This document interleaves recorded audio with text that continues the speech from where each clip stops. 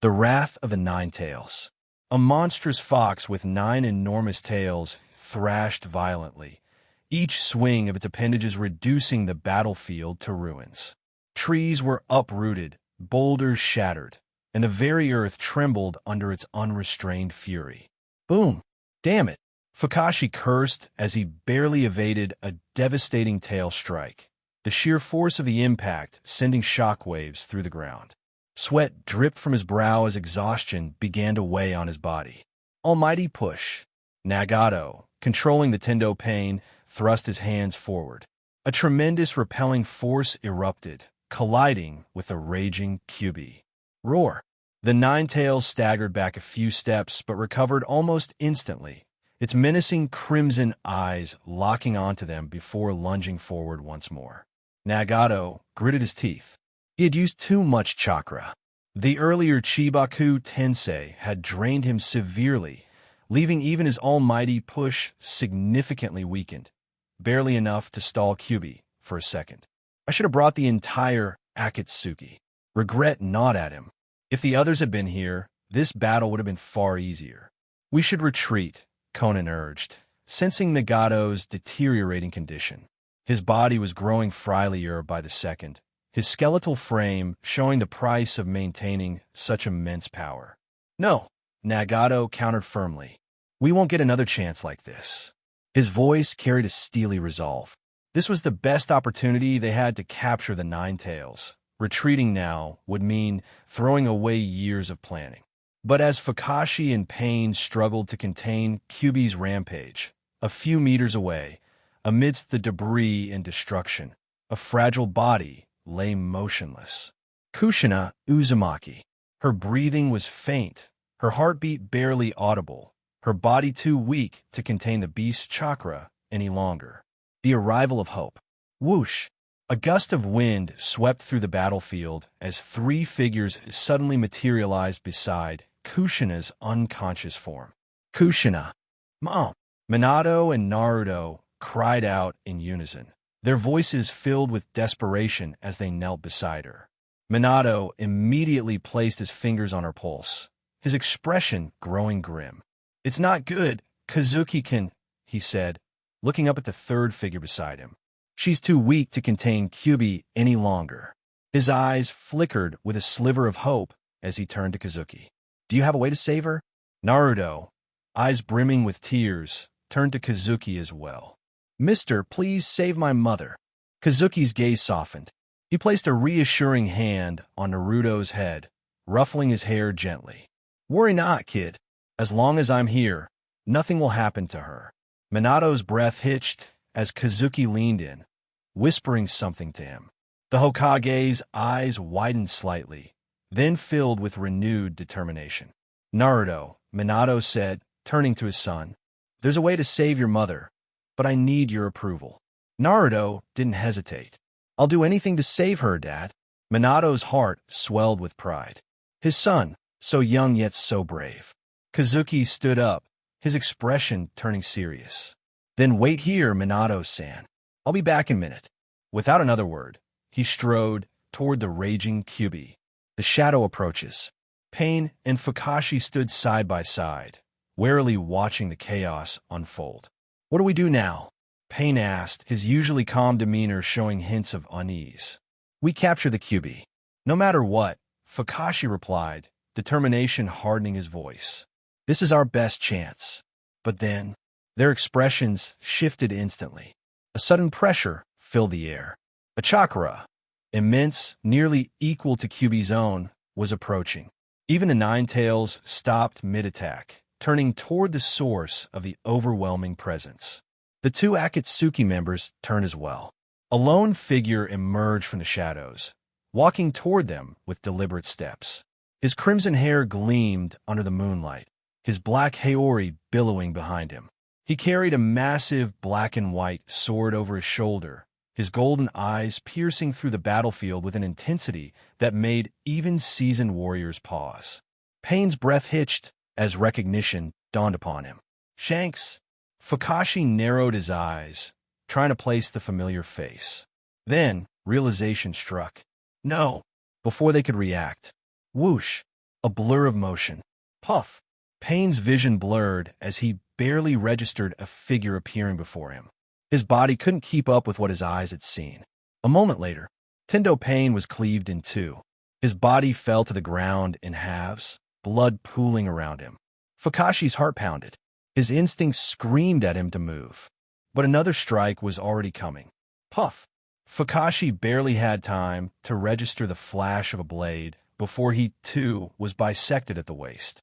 His upper body hit the ground with a dull thud, the world spinning around him. And then, whoosh! Before the remnants of his body could settle, Kazuki vanished from his spot, reappearing atop a distant cliff. His sword swung once more. The very air screamed. Fakashi's fragmented body teleported, but Kazuki had already foreseen it. Another slash followed instantly. Puff! Fakashi was cut again, this time from head to toe. Blood sprayed as his body was severed once more. Kazuki remained still, his blade glistening under the moonlight as he gazed at the divided corpse. But then, it disappeared. He exhaled, shaking his head. Izanagi. Fakashi had used the forbidden Uchiha technique to rewrite his own reality, escaping death at the last second. Kazuki's golden eyes narrowed. That technique shouldn't exist. He had seen the future, predicted where Fakashi would reappear, and still, he had slipped away. From what Kazuki sensed, Fakashi had burned through 3 Sharingan to survive. At least one of his Mangekyo abilities should be useless now. Letting out a slow breath, he pushed those thoughts aside. Instead, his attention turned back to Kyubi. The beast's massive frame stood still. For the first time in its existence, the Nine Tails looked shocked. The battlefield lay in ruins, the aftermath of destruction visible in every direction. But amidst the chaos, the massive nine-tailed fox stood still, its crimson eyes locked onto the lone figure approaching it. You really are related to that man. Kyubi's voice trembled, not with anger, but with shock. Kazuki paused for a moment, his golden eyes narrowing as he reached into his system's space. Slowly, he pulled out a mask and placed it over his face. A sharp intake of breath. Ew, how are you still alive? For the first time in centuries, genuine fear flickered in the Kyubi's expression. Its massive body trembled, its tail stilled, its mind racing back to old memories buried deep within. The sight of that mask, it was impossible. Kazuki tilted his head slightly. I see. Kyubi's words were all the confirmation he needed. For years, Kazuki had searched for answers. He had traveled across the world, scoured every scroll, and chased every whisper of truth, yet nothing had given him clarity. Until now. So, my suspicions were correct all along. A moment of contemplation passed before Kazuki's gaze refocused on Kyubi. Kyubi, you already know that you stand no chance against me. Stop resisting and come with me. It's time to return, to be sealed back inside Kushina-san. He removed the mask and stored it away, offering the beast a chance at surrender. Kyubi hesitated. My Jinchuriki is too weak now. The fox finally admitted, its pride making the words bitter. She cannot handle my full power. Kazuki's lips curled into a small, knowing smirk. You don't have to worry about that. I have a way. Let's go. Without another word, he turned and began floating toward Minato and the others. The nine-tailed fox, the greatest of all tailed beasts, followed silently behind him, as if he were nothing more than a loyal companion. A mother's last words. Minato, take care of Naruto. Weak and frail, Kushina Uzumaki lay on the cold ground, her breathing shallow. Minato knelt beside her, holding her hand tightly, his heart aching at the sight of his beloved wife in this state. Mom, don't say that. You're going to be okay.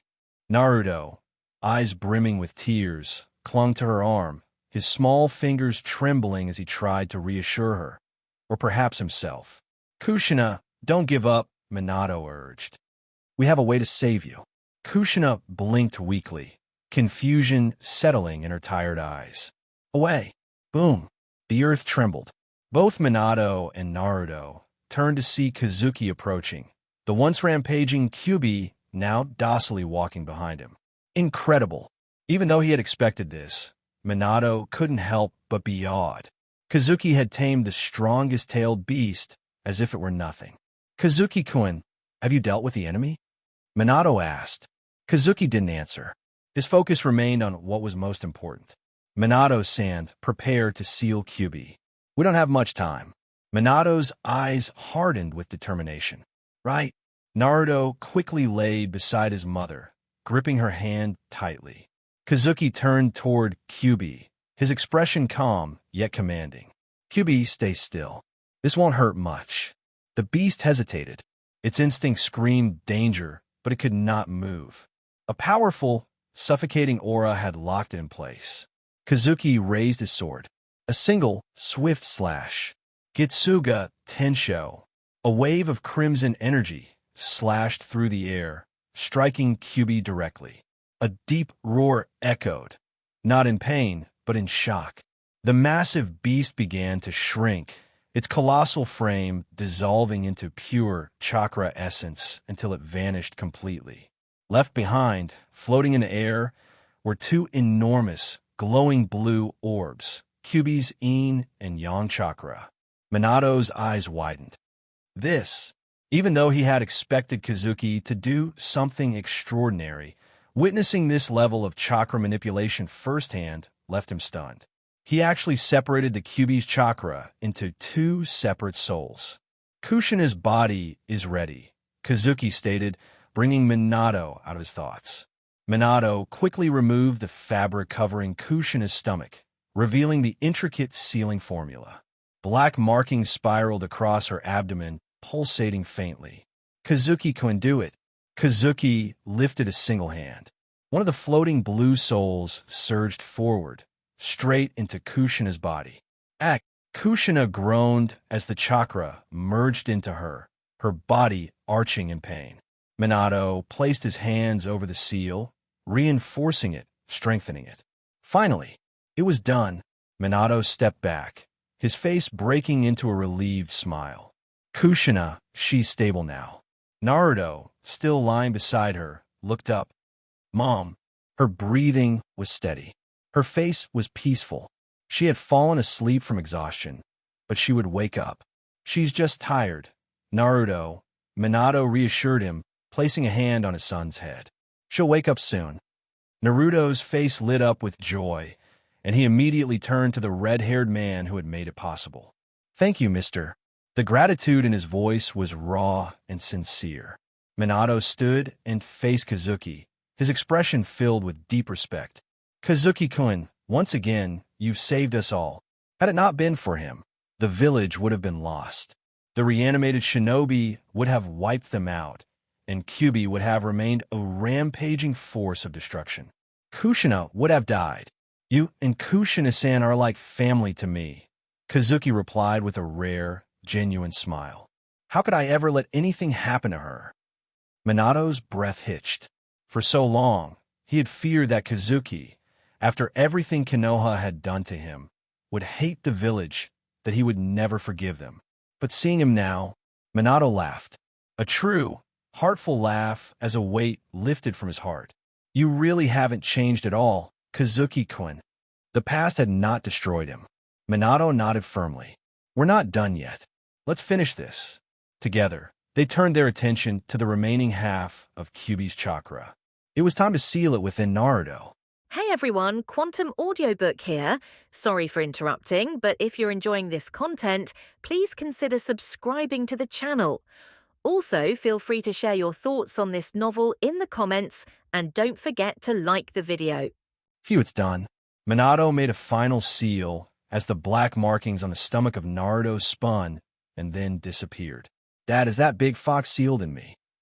Naruto felt a little strange since a big living thing was suddenly inside his body. Worry not. Naruto, you will get used to it, and your mother will help you when she wakes up. Minato encouraged Naruto and then turned around and looked at Kazuki as a sad expression appeared on his face. Kazuki-kun, what happened? That day, it was my fault. I should have seen his true face. I'm really sorry for what you had to go through. Please stop, Minato-san. I'm not innocent either. No matter what the reason, I did kill a Hokage. I'm someone who has deceived you all for so many years, so the last thing I deserve is an apology. With my own hands, I killed several innocents, so please don't pity me. Minato, who wanted to say sorry to Kazuki, was stopped as Kazuki admitted every crime he did with a guilty expression on his face. You know, Kazuki-kun, when I was young, my dream was always to be a Hokage, and perhaps that's why I was so naive that I couldn't see his true face. Kazuki-kun, on his orders, I killed quite many people, but now I wonder whether they were really guilty. We all make mistakes in our life, but rather than worrying about what you can't change, you should look ahead for the future. For the village's sake, you took the blame on yourself. You are a true shinobi, Kazuki-kun. I understand this, and I believe the rest will also. Minato encouraged Kazuki as he hoped that his words could lighten the depressed heart of Kazuki. Maybe no one is perfect after all. Kazuki felt warm in his heart after hearing his words, and finally sighed, as today he learned that even a traverser with a system couldn't be perfect in all aspects. He should have at least told Kurenai about his situation, so she wouldn't have to go through all that pain, suffering just to avenge him. Let's go back, Kazuki-kun. Everyone should be waiting for us. Hearing his words, Minato knew that Kazuki had finally cheered up and decided to go back. Minato-san, you go first. I'll be back after dealing with someone. And yes, also, Kazuki still had to find Nagato, so he told Minato to go back and about Akatsuki attacking other villages. Hearing about the attack on other villages, the expression on the face of Minato became severe as he, along with Naruto and the passed-out Kushina, returned to the village. The observation haki of Kazuki spread around, and after sensing the aura of Nagato, Kazuki floated in the air and moved towards Nagato, leaving a red trail in the air. At it novel Bennett at underscore underscore underscore underscore underscore underscore underscore underscore underscore underscore underscore underscore underscore underscore at a distance of a few kilometers away from Konoha, inside the dense forest with towering trees everywhere. One tree was particularly eye-catching.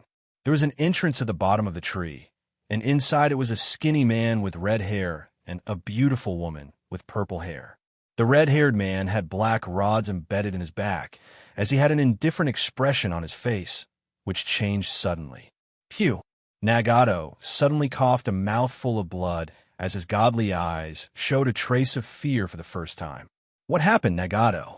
Conan asked in worry after seeing him coughing blood. Shanks, he betrayed us. Nagato told Conan about the situation, and Conan felt fear from the voice of Nagato for the first time. We have to leave quickly, cough. Nagato knew that monster would surely come for him, so he wanted to leave this place quickly. Thud!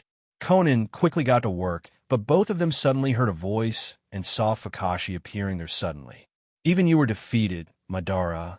Seeing the panting Fukashi, Nagato asked, but he didn't seem to be much surprised.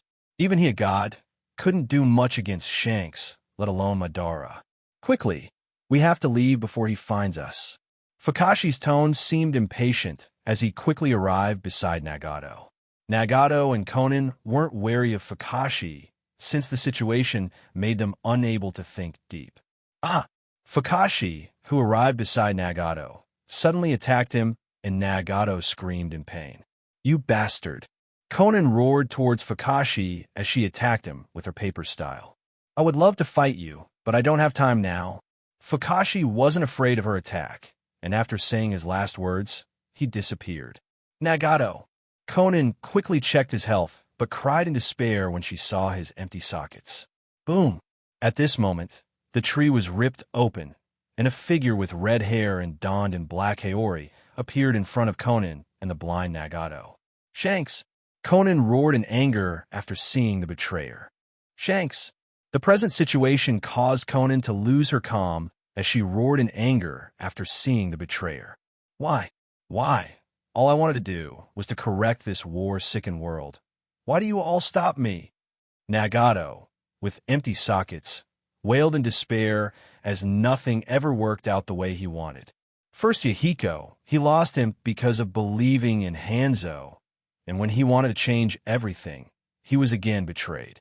He lost everything, his friend, his power, everything causing him to wail in despair and agony. It seems I was late. Seeing the blind Nagato, Kazuki shook his head in regret. And hearing his wailing, Kazuki, who wanted to kill him, stopped since Nagato was really a pitiful man. From childhood till now, he has always been a pawn. His life was always in the control of others. Why betray us? All we wanted was to correct this world. Conan arrived before Shanks and yelled at him, not afraid that he would kill her. Sigh. Kazuki looked at the beautiful face stained with tears. Cursing her fate, couldn't help but sigh. Nagato, there's no point in crying over something that was never yours. Do you really think that you awakened Rinnegan? I was given that power to correct this world, but you both took all I had. Nagato yelled in anger, and his thin skin, along with empty sockets, was extremely terrifying. Rinnegan is the final evolution of the Sharingan. You belong to the Uzumaki clan. There was no way you could awaken the Rinnegan unless someone gave it to you. Impossible. It isn't possible. Nagato refused to believe as he denied it, but his heart was already shaken. Try to look back. First, your parents being killed in front of you made you partially awaken the Rinnegan. Then Yahiko, dying in front of you, drove you towards darkness. And then you met that guy who told you the way toward the better world. Do you think it was all a coincidence? Kazuki revealed the facts as the expression on the face of Nagato became more and more horrifying. And even Conan sat down holding her head. Ooh, who could do this?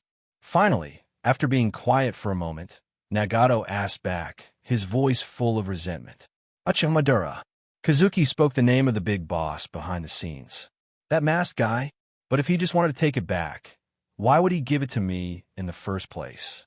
Nagato asked back as the answer given by Kazuki left him in confusion. That guy is just a fake. What I'm talking about is the real Uchiha Madara. The Rinnegan you had was given to you by him at Novel Benedat. But why? Why would he give it to me? Nagato still couldn't understand why Madara had to plant his Rinnegan in him. You know the answer. Nagato. Madara awakened his Rinnegan at an old age, and he didn't have much time left. You have been using Rinnegan for so many years, you should understand why. Kazuki gave the last hint as Nagato, sitting in front, thought for a moment before a shocking expression appeared on his face as he, with shock, squeezed two words. Rinne rebirth. Yes, he wanted you to resurrect him. Kazuki nodded, confirming the guess of Nagato. Haha, so I was just a pawn. Nagato began to laugh loudly as he even mocked himself inside his heart for pretending as a god. How do you know so much? Finally, after laughing at himself for a while, Nagato stopped as he asked the most crucial question. Kazuki just smiled and didn't answer his question. I see. No wonder even that mask guy was wary of you. You really are mysterious. Nagato could now understand why Fukashi was so wary of Shanks. He was really mysterious. It's time, Kazuki said to Nagato as he was ready to go back. I see. But before you kill me, I have a request. Let Conan go. She is innocent. Nagato had a helpless smile on his face as he seemed to have accepted his fate, but he didn't forget to plead for Conan. No, Nagato, I have no one left in this world aside from you. If you're going to die, then so will I. Conan arrived beside Nagato as her tear-stained face had a smile as she was ready to die along with Konoha. No, Conan, you have no part in my sin. You don't have ___. Nagato, don't stop me. We had promised to be always together. It wasn't possible here, but we will be after death. Conan stopped Nagato as to her death was liberation, and dying with Nagato couldn't be better. The three of them would soon be together. My whole life was a failure, but it wasn't that bad either. After all, I can die regretless because I had such great friends. A pure smile appeared on the face of Nagato. Even the darkness in his heart seemed to be swept away. Do it, Nagato said to Kazuki as both of them were ready to face death. Kazuki, who saw their friendship, was moved, and some memories of his past like sparring with Kakashi, missions with Shizune and Kurenai, eating out with Obito, Guy, and the rest came to his mind. Whoosh!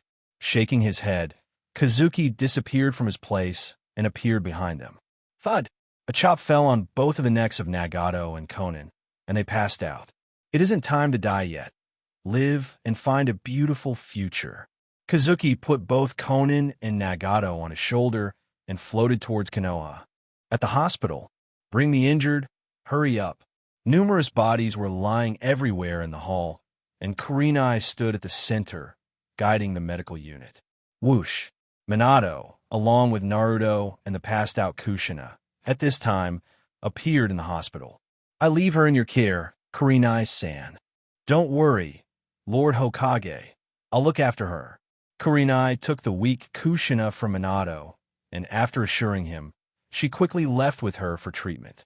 Naruto, go and gather all Konoha genin. You have an A-level task to find the injured and transport them to the hospital. Minato gave Naruto a task, and he quickly left to find Sasuke and the rest as Minato once again disappeared.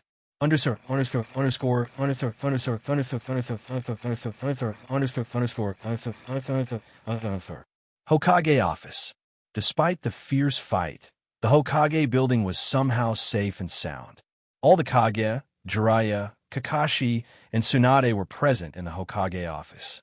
Medical Ninja was tending to the wounds of the Kage since they were injured in the fight earlier. Whoosh! At this moment, with a yellow trail, Minato appeared in the office. Have you dealt with the enemy, Minato? Tsunade quickly inquired as the rest in the room also looked over. Worry not, the enemy has been defeated. Minato gave the good news as Tsunade, Jiraiya, and Kakashi finally sighed with relief. Lord Raikage, Lord Mizukage, according to Kazuki-kun, Akatsuki has also attacked your village to catch the tail beast. What? Stood up suddenly, his voice full of anger. Those bastards.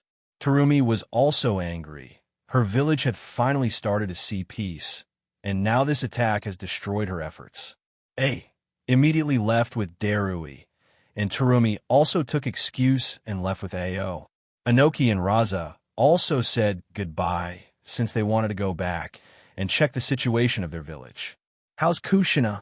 After escorting the Kage outside the village, Minato returned as Tsunade asked him as Kakashi and Jiraiya also looked towards him. She is fine. With Kazuki's help, I was able to save her. Minato told the situation as smiles bloomed on the faces of everyone. Where is he? Kakashi asked as he couldn't wait to meet him. Kazuki-kun left to deal with someone, but he will be back soon. Minato told what Kazuki had said to him as Kakashi, with expectations, began to wait for the return of Kazuki. But at this moment, they suddenly sensed a vast and familiar chakra outside Hokage, building as they knew immediately that he was back. On the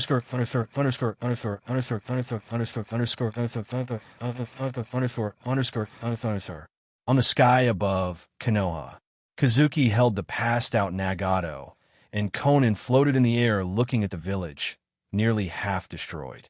Whoosh! The next moment, Kazuki disappeared from the sky, and when he reappeared, he was already in front of the Hokage building. Kazuki, with Nagato on his shoulders and Konan in his arms, moved towards the entrance of the Hokage building. Knock! Entering the building, Kazuki, walking through the corridor, arrived in front of the Hokage office, and after knocking it once, he pushed it open. At it novel Benedette. It seems you're done dealing with the enemy, Kazuki-kun. Minato quickly walked in front and welcomed Kazuki. Jiraiya, who looked at the familiar person on the shoulder of Kazuki, was stunned for a moment. Is that Nagato and Konan? Jiraiya also recognized Konan from her unique purple hair as he came in front of Kazuki and looked at both of them carefully. Yes, she's that girl. Tsunade also recognized Konan as she remembered that she was one of the 3 orphans she met at Amigakure, who stole his eyes. Looking at the empty sockets of Nagato, Jiraiya knew immediately that someone must have stolen the Rinnegan of Nagato. Nagato will tell you everything when he wakes up, but now he needs medical attention. Kazuki handed Nagato and Konan to Jiraiya, who left with Tsunade since she was the only one who could treat the badly hurt Nagato. You haven't changed a bit, Kakashi. After Jiraiya and Tsunade left, Kazuki's eyes fell on Kakashi and arrived beside him. But you sure have changed a lot. Kakashi answered back as his eyes had a complex look in them. Kakashi, you don't need to explain anything since you did that. Then you must have a reason. But if you're ever in a similar situation again, don't try to shoulder everything yourself. Kakashi stopped Kazuki, who wanted to explain, and looked at Kazuki, hoping that Kazuki would not try to shoulder everything himself and could share his pain with his friends. Welcome back, Kazuki. Kazuki saw Kakashi bringing his fist forward as he looked at him, waiting for his response. Huh. Kazuki laughed, a bit emotional, as his right fist bumped with the fist of Kakashi. He's finally back. Minato, who saw Kazuki laughing, smiled as he knew that Kazuki was finally back. Konoha Cemetery. The atmosphere was sad, and some sobbing sounds could be heard from time to time. All the Konoha shinobi wearing black shirts and pants stood in front of the graves of those who sacrificed.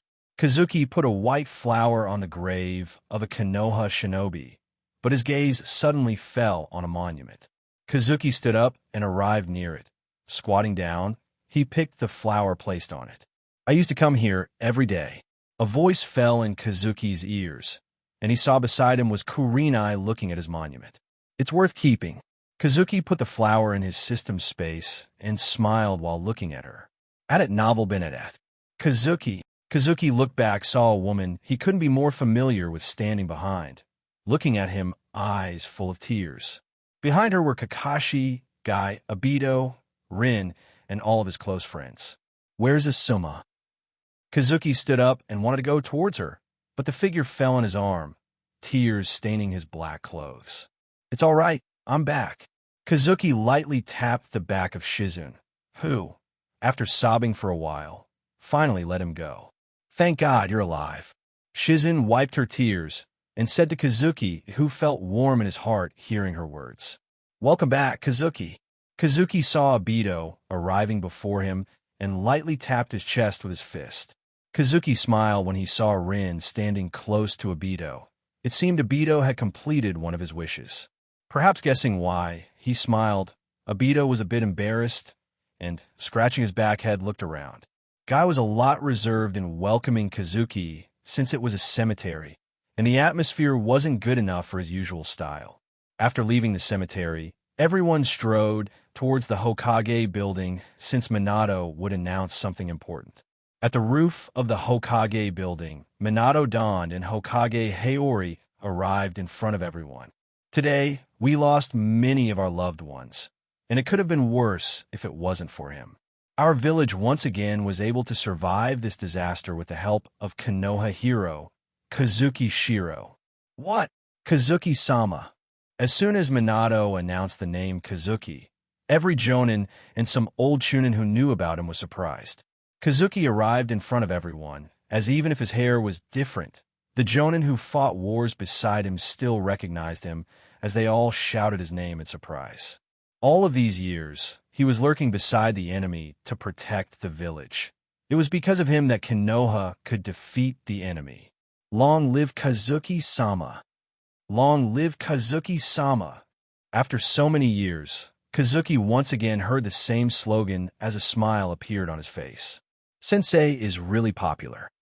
Shursui, who stood beside Itachi, commented after hearing the passionate voices of Konoha shinobi. All the sad atmosphere from before seemed to be eliminated entirely, making Shursui even happier. He has always been like this. Even Itachi had a smile on his face as he was happy to know that his sensei was alive. After cheering the depressed people and announcing that Kazuki is still alive, Minato ended his speech, as even those sad about losing their loved ones left with the hope of a better future. It's still the same. Kazuki, after saying goodbye to Obito and the rest, arrived outside his house, which wasn't destroyed in the attack. Minato wasn't like Sarutobi. He kept the house of Kazuki as a memento of a Konoha hero. Kazuki entered his house and saw it was surprisingly clean, and then, thinking of something, he looked towards Kurenai, who stood behind him. I would come here from time to time. Kurenai admitted that she was the one who would clean his house. You must be hungry, sit down, I'll make something. Kazuki sat on the sofa as Kurenai went towards the kitchen. Dig in. Soon, she returned with Kazuki's favorite dish, placed it in front of Kazuki, and sat with him. Kazuki, from the moment he heard she was taking care of his house, was stunned, and hearing her voice, he finally came back to his senses. Kazuki looked towards her, but Kurenai kept her head down and started eating herself. "Kurenai, why don't you hate me?" Kazuki was really touched, as he couldn't understand why would she do such much for someone who deceived her. "I don't understand it myself. All these years I tried to forget you, but the more I tried, the more I remembered you. Today when I saw you alive, I knew I was wrong. You are a heartless bastard. But no matter how much I try to hate you, I just couldn't do it. Is this obsession or what people call love? I don't know, but I know that being together with you calms my heart." Kurenai looked towards Kazuki with a smile on her tearful face. Hearing her words, even Kazuki couldn't control his tears, brought his trembling hand forward, and wiped the tears on her face. As Kazuki wiped her tears, the eyes of both of them met, and after staring at each other for a moment, they suddenly moved forward.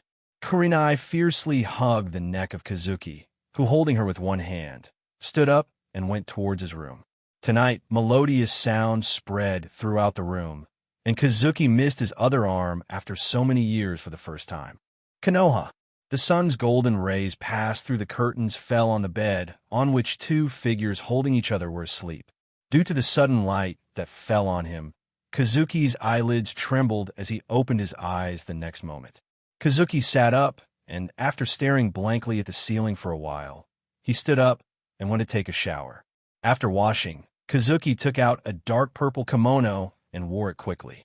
After carefully covering the tired Kurenai with a quilt, Kazuki went down and made breakfast.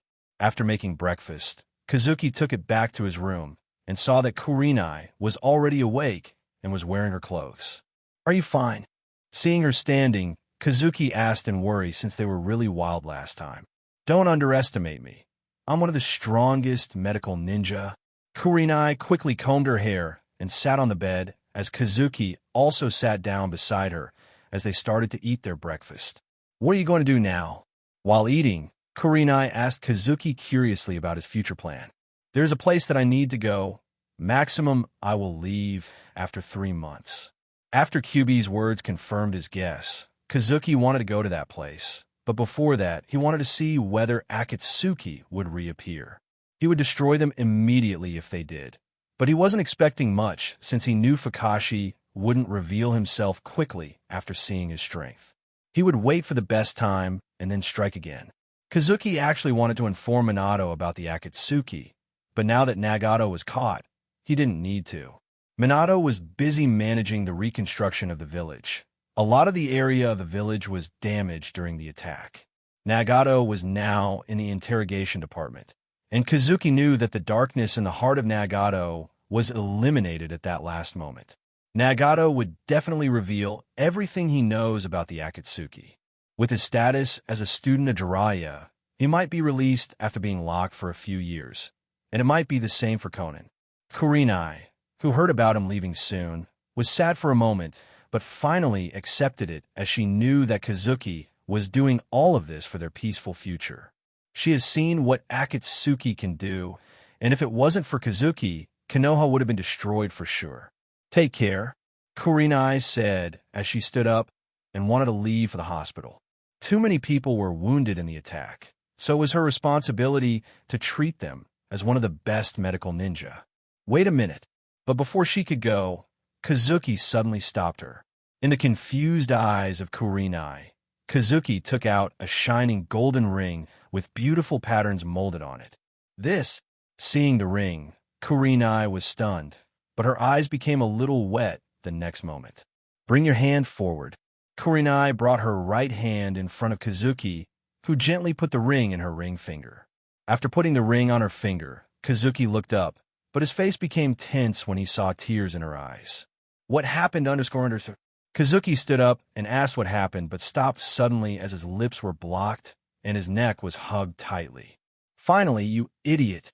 After a minute or so, Kurenai finally let go of his lips, and with a smile on her face, she said something Kazuki couldn't understand and dashed outside.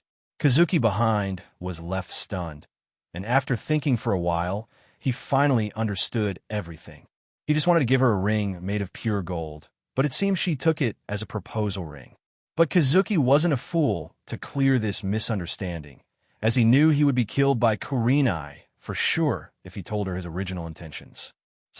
As if accepting his fate, Kazuki sighed and then left his house and decided to stroll around the village since he had nothing left to do now. The whole village was under reconstruction now, as the sound of a hammer striking on the wood was heard everywhere. Kazuki-sama. Kazuki met a lot of civilians who were excited to see him. Suddenly, Kazuki stopped and then strode toward his right as he sensed a few familiar chakras. Itachi, say should we go and meet Sensei? Shursui asked Itachi since he couldn't wait to meet Kazuki. But he might be busy, returning after so many years. He has a lot to report to Lord Hokage. Itachi didn't want to bother Kazuki, even though he wanted to meet him also. You haven't changed a bit, Itachi. You still think too much. Suddenly, both of them heard a voice as they turned around and saw Kazuki looking at them with a smile on his face. Sensei. Itachi and Shursui didn't expect to see him so suddenly, so they were surprised. It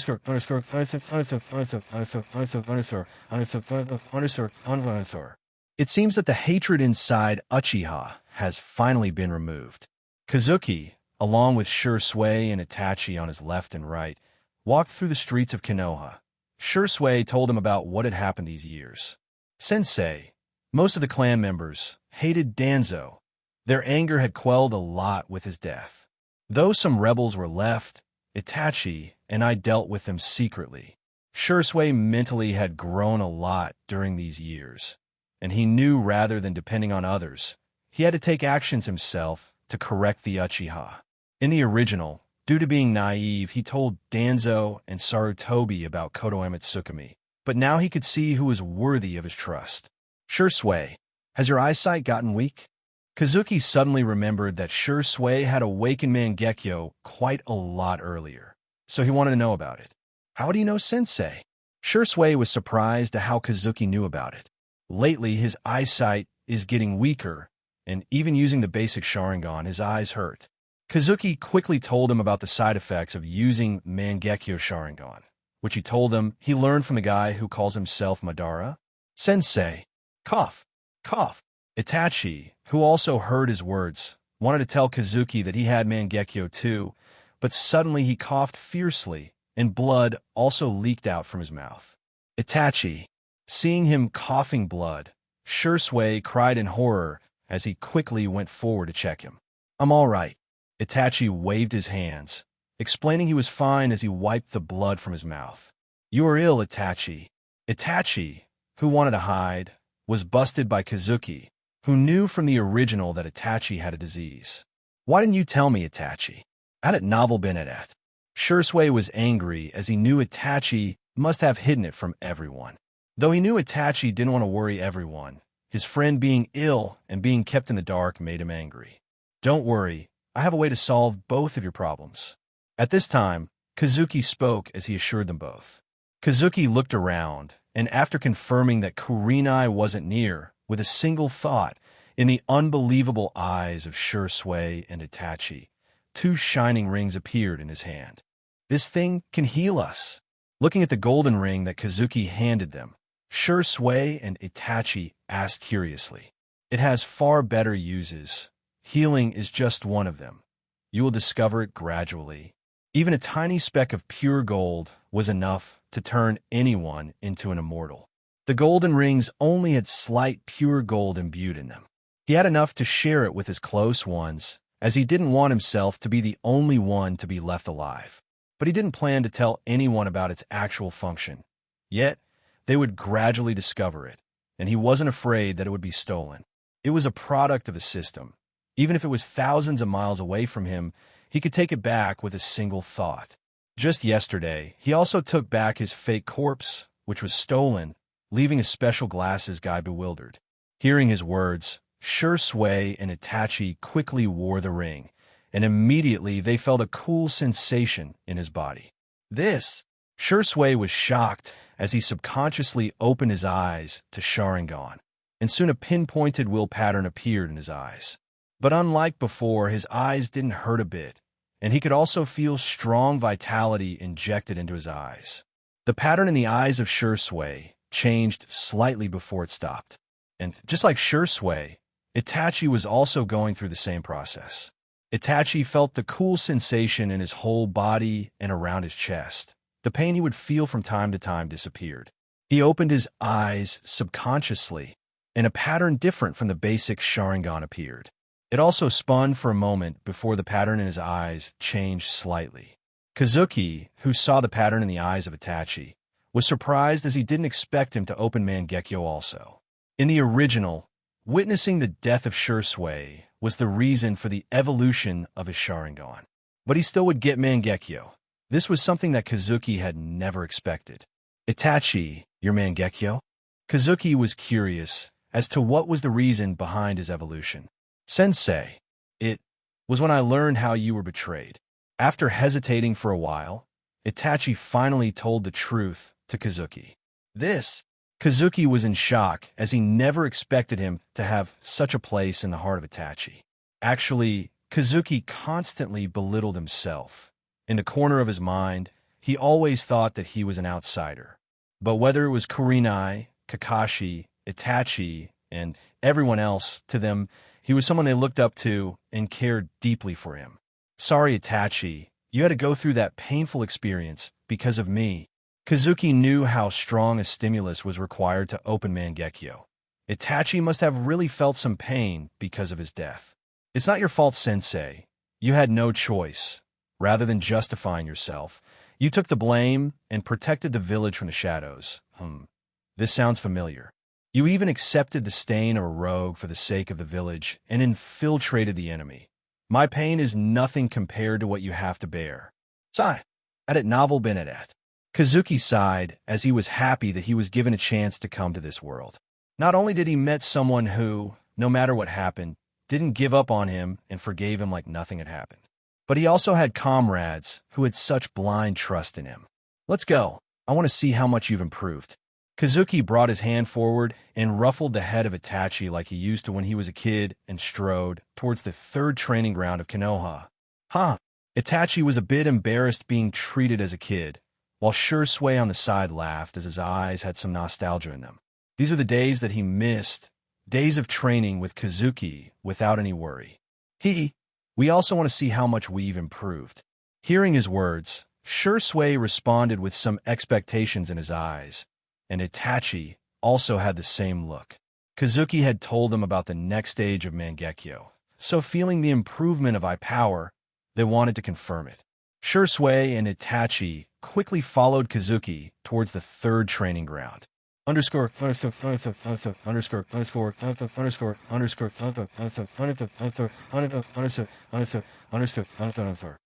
Kazuki was about to spar with his students at an underground base somewhere in the ninja world.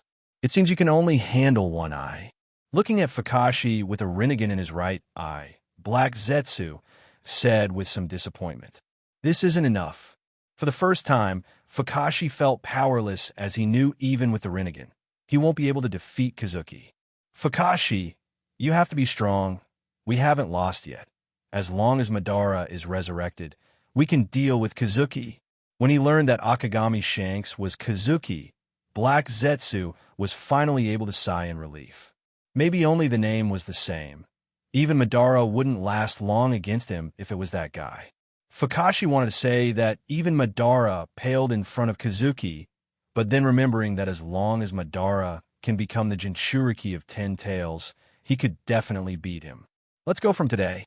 I'm the new leader of Akatsuki. Fukashi, along with Black Zetsu, disappeared and appeared somewhere in the ninja world, which was their new base. He had already notified everyone through White Zetsu about this place, and when he appeared there, all of them were present already. An underground base. I knew it. That monster sword demon wouldn't die easily. Juzo commented as the fear in his heart left by Kazuki started to awaken once again. Through Zetsu, everyone already knew what happened in Konoha, and they were surprised to learn that Pain was defeated. Their leader, who had the legendary Rinnegan, being defeated by the sword demon, was shocking. "So, what are we going to do now?" Kisame asked while looking towards whose one red and one purple eye was visible through the gap in the mask. Kisame had already met the real Madara, so he knew before that Nagato was just a pawn. He knew that this guy was the real spokesperson of Madara. "The whole world is looking for us. We will stay hidden for a while and wait for a good opportunity." They already had captured seven-tailed beasts, and there was no need for them to rush. He would also try to familiarize himself with the Rinnegan when they kept hidden.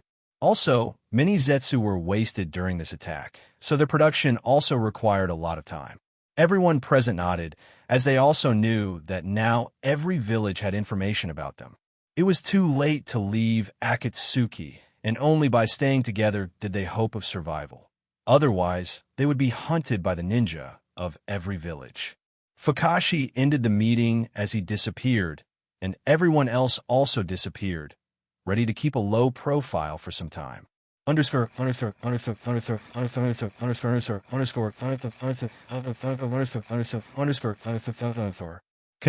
third training ground. "Hey Shikamaru, what are you doing here?" Naruto looked at Shikamaru, who came to their training place with his teammates, a bit confused. "Kurenai-sensei gave us the task to self-train." Ino, besides Shikamaru, told Naruto as Kurenai had a lot of work left in the hospital. "Sasuke-kun, why don't we practice together?" "Ino pig, stay away from Sasuke-kun. Move away, you wide forehead, at it novel been at." Ino spotted Sasuke, went near him, and wanted to train with him, but was stopped by Sakura as they both started to taunt each other. Women are really troublesome. Shikamaru sighed as he wondered whether should he get married or not in the future. Even Kakashi had veins on his forehead, seeing them fight, but suddenly he frowned as he looked towards his right. He spotted 3 figures coming this way, and, as they came near, he immediately recognized them. "Kakashi, you should look for a girlfriend. Don't read such novels in front of kids." Kazuki came beside Kakashi as he put his hand on his shoulder and gave him a knowing smile. "Cough, what are you doing here?" Kakashi coughed and immediately put away the orange book. "I wanted to see how much my students have grown, and this place seems right," Kazuki said as he looked around, as this place seemed good for a spar. "Don't destroy it." Kakashi looked at the excited Itachi and Shursui and reminded Kazuki not to go too far. "Don't worry," Kazuki assured him, but the eyelids of Kakashi suddenly twitched as his worry increased. "Big brother." Sasuke, pestered by Ino and Sakura, suddenly saw Itachi was surprised and came near him. "It seems you have made a lot of friends, Sasuke." Seeing Ino and Sakura hovering around Sasuke like bees, Itachi smiled as he sent a bullet to his forehead. "No, it's not." Sasuke held his forehead denied, but his voice was too low like a shy girl. The rest of the genin were surprised seeing such a Sasuke, since he always acted like a small adult. "Uncle Redhair." Naruto also greeted Kazuki as he was happy to see his savior and created a familiar nickname. "Naruto, how's your mother now?" Kazuki didn't mind being called Red Hair since he didn't know why. He kind of seems to like it. "She hasn't woken up yet, but big sister Kurenai is taking care of her." Hearing about his mother, Naruto was sad for a moment, but quickly cheered up when he felt the hand on his head. "Don't worry, she'll be fine." Kazuki rubbed his head, encouraging him. "Lord Kazuki, how do you know Kakashi-sensei?" Sakura came over and asked curiously since she mainly had seen Kakashi with Guy. We used to be rivals, though I would always win." Kakashi wanted to refute his claim, but finally sighed as he knew he was right. After chatting with the Konoha Genin for a while, Kazuki finally took a fighting stance as Itachi and Shursui got ready for the fight. Kakashi and the excited Konoha Genin stood on the side, watching the fight. Third training ground. "Come on, Uncle Redhair," Naruto shouted loudly, cheering for Kazuki as the exciting fight started. "Idiot, my big brother would win." Sasuke bragged about Itachi, as there was no way he could lose. "Here I go." Kazuki smiled hearing the voice of Naruto, and then said while looking at Shursui and Itachi in front.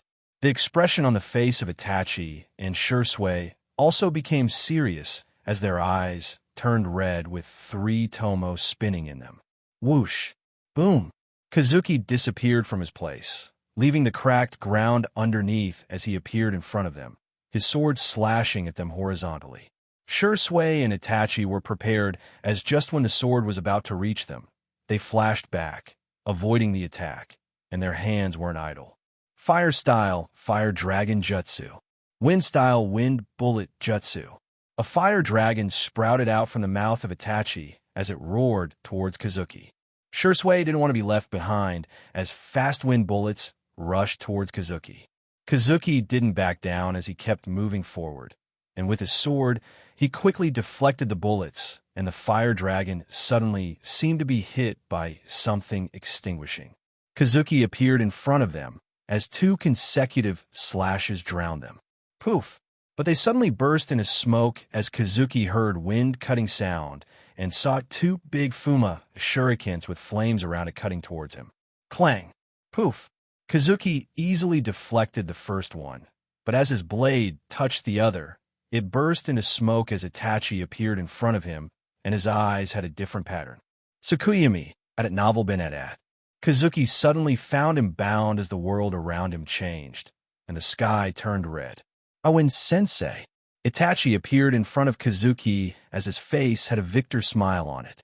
Itachi naturally didn't want to torture Kazuki, as he just wanted to make him immobile. Oh, really?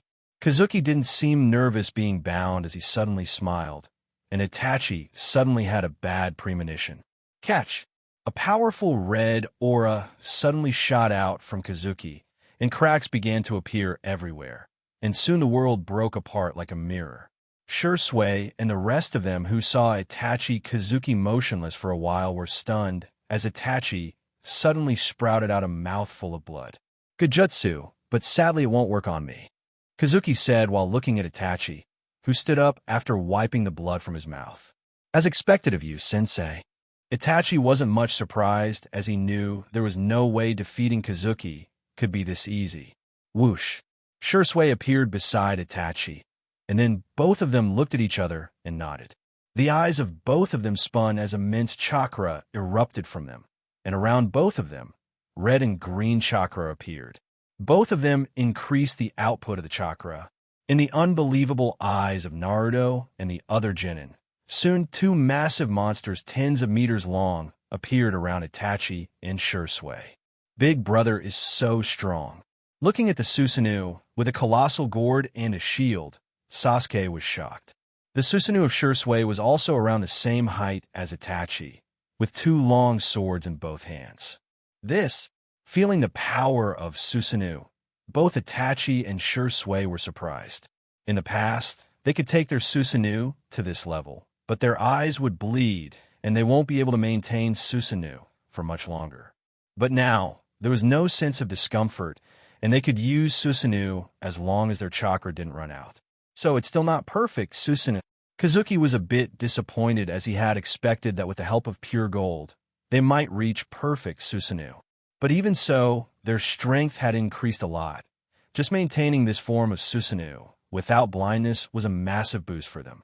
Around the level of Itachi during his fight with Sasuke, Shursui and Itachi tried to put more chakra in the Susanoo, but it didn't change anymore, and they were also slightly disappointed. It seems their eyes haven't reached the next level, Eternal Mangekyo told by Kazuki. When did they get so strong?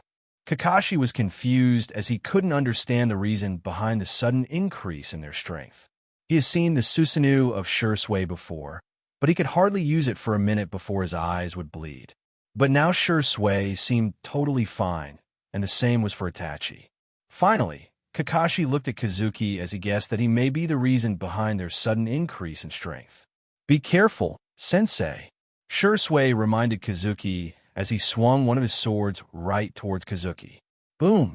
Kazuki jumped up, dodging the giant's sword, but suddenly a shadow over his head saw a red shield striking down on him. Boom!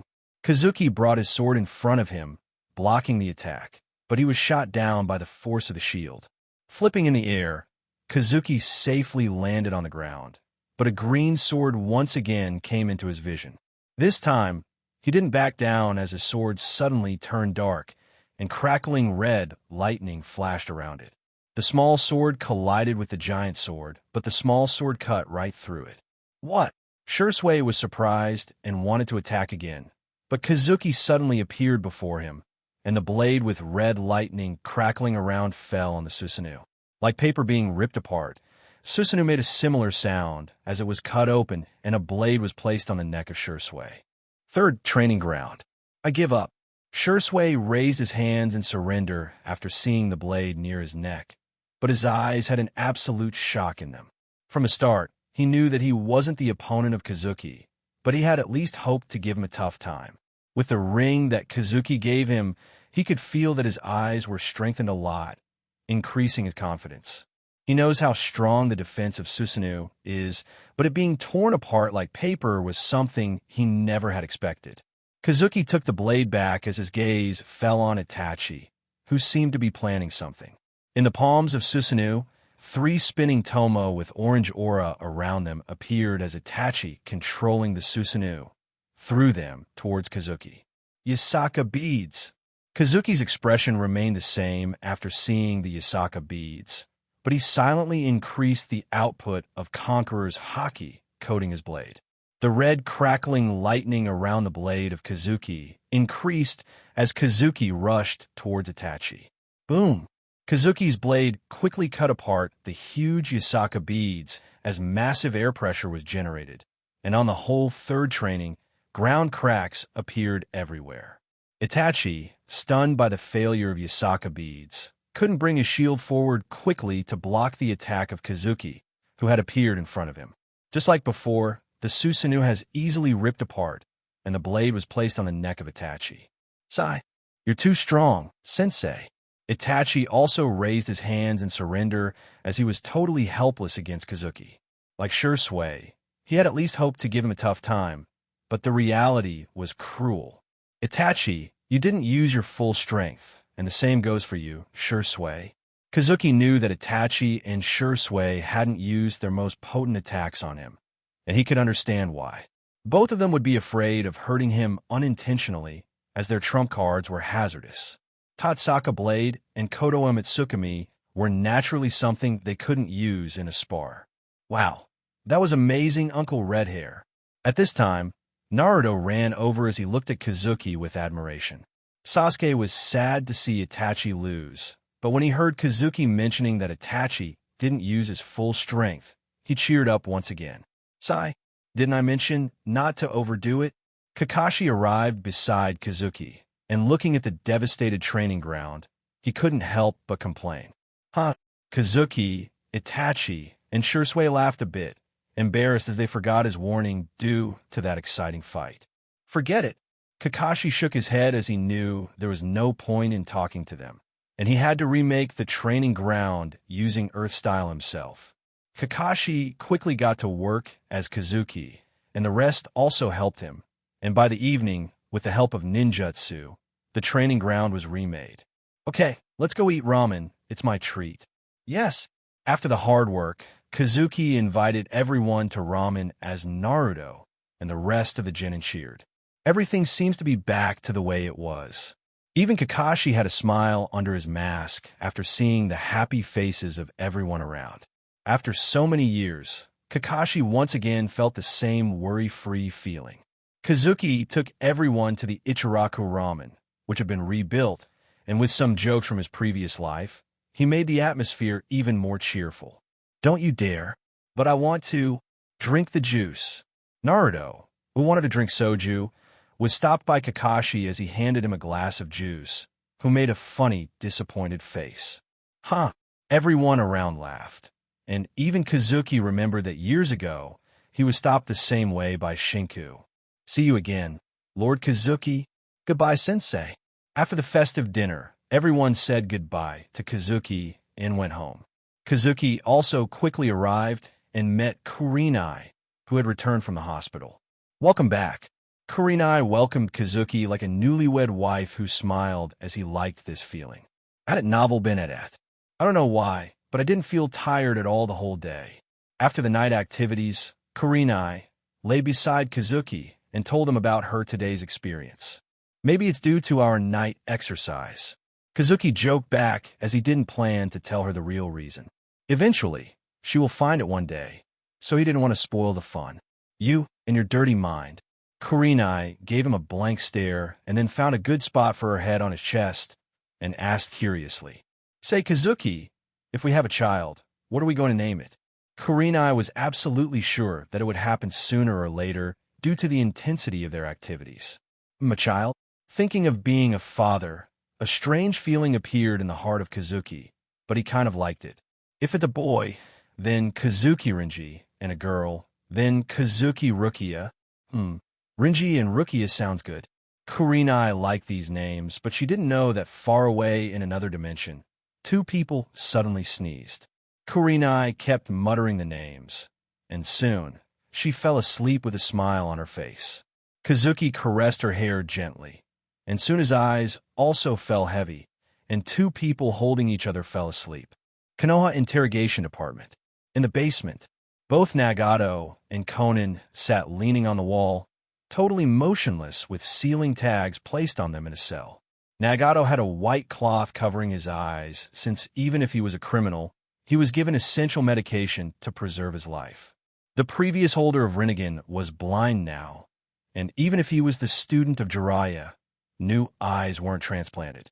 After all, he was behind the killing of so many people during the attack. "Kazuki, I know you could have killed them, but you didn't. I'm really grateful."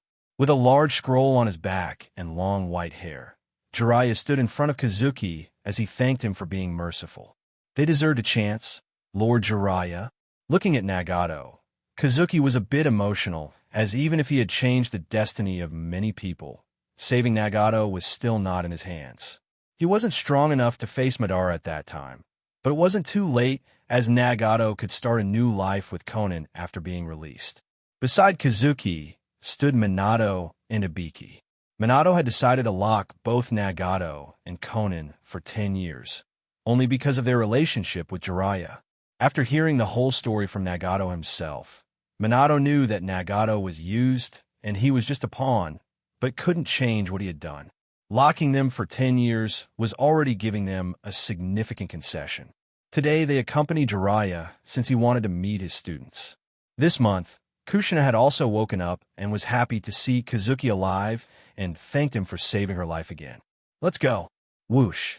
After looking at both of his students the last time, Jiraiya said as Minato put a hand on his shoulder and had disappeared with him.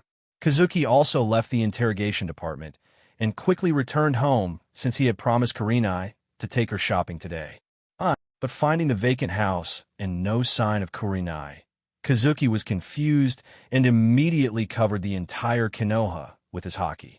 Immediately, Kazuki found her aura in the hospital as he became even more confused. She had promised to go out, but suddenly going to hospital was a bit confusing to Kazuki, so he quickly went toward the hospital.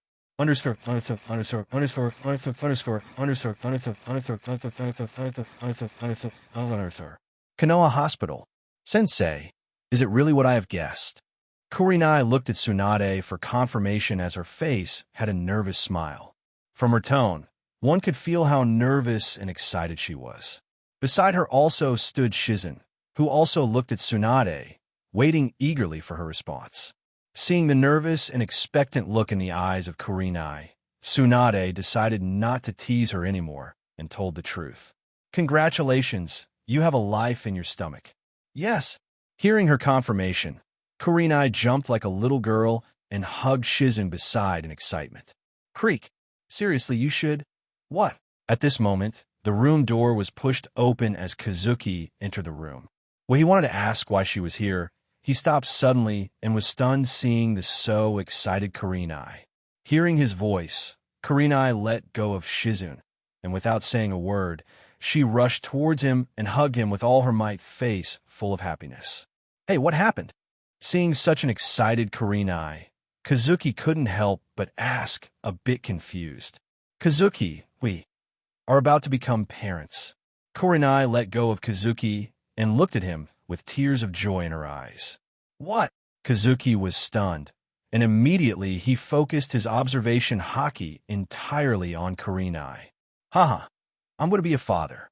Immediately, He was able to sense a slight life aura in her stomach as he started laughing loudly and held Kurenai from her waist with one hand, lifting her up.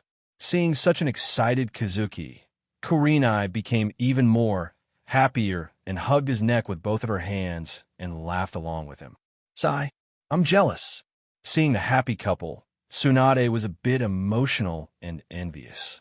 Shizen looked at both Kazuki and Kurenai and felt happy for her friends.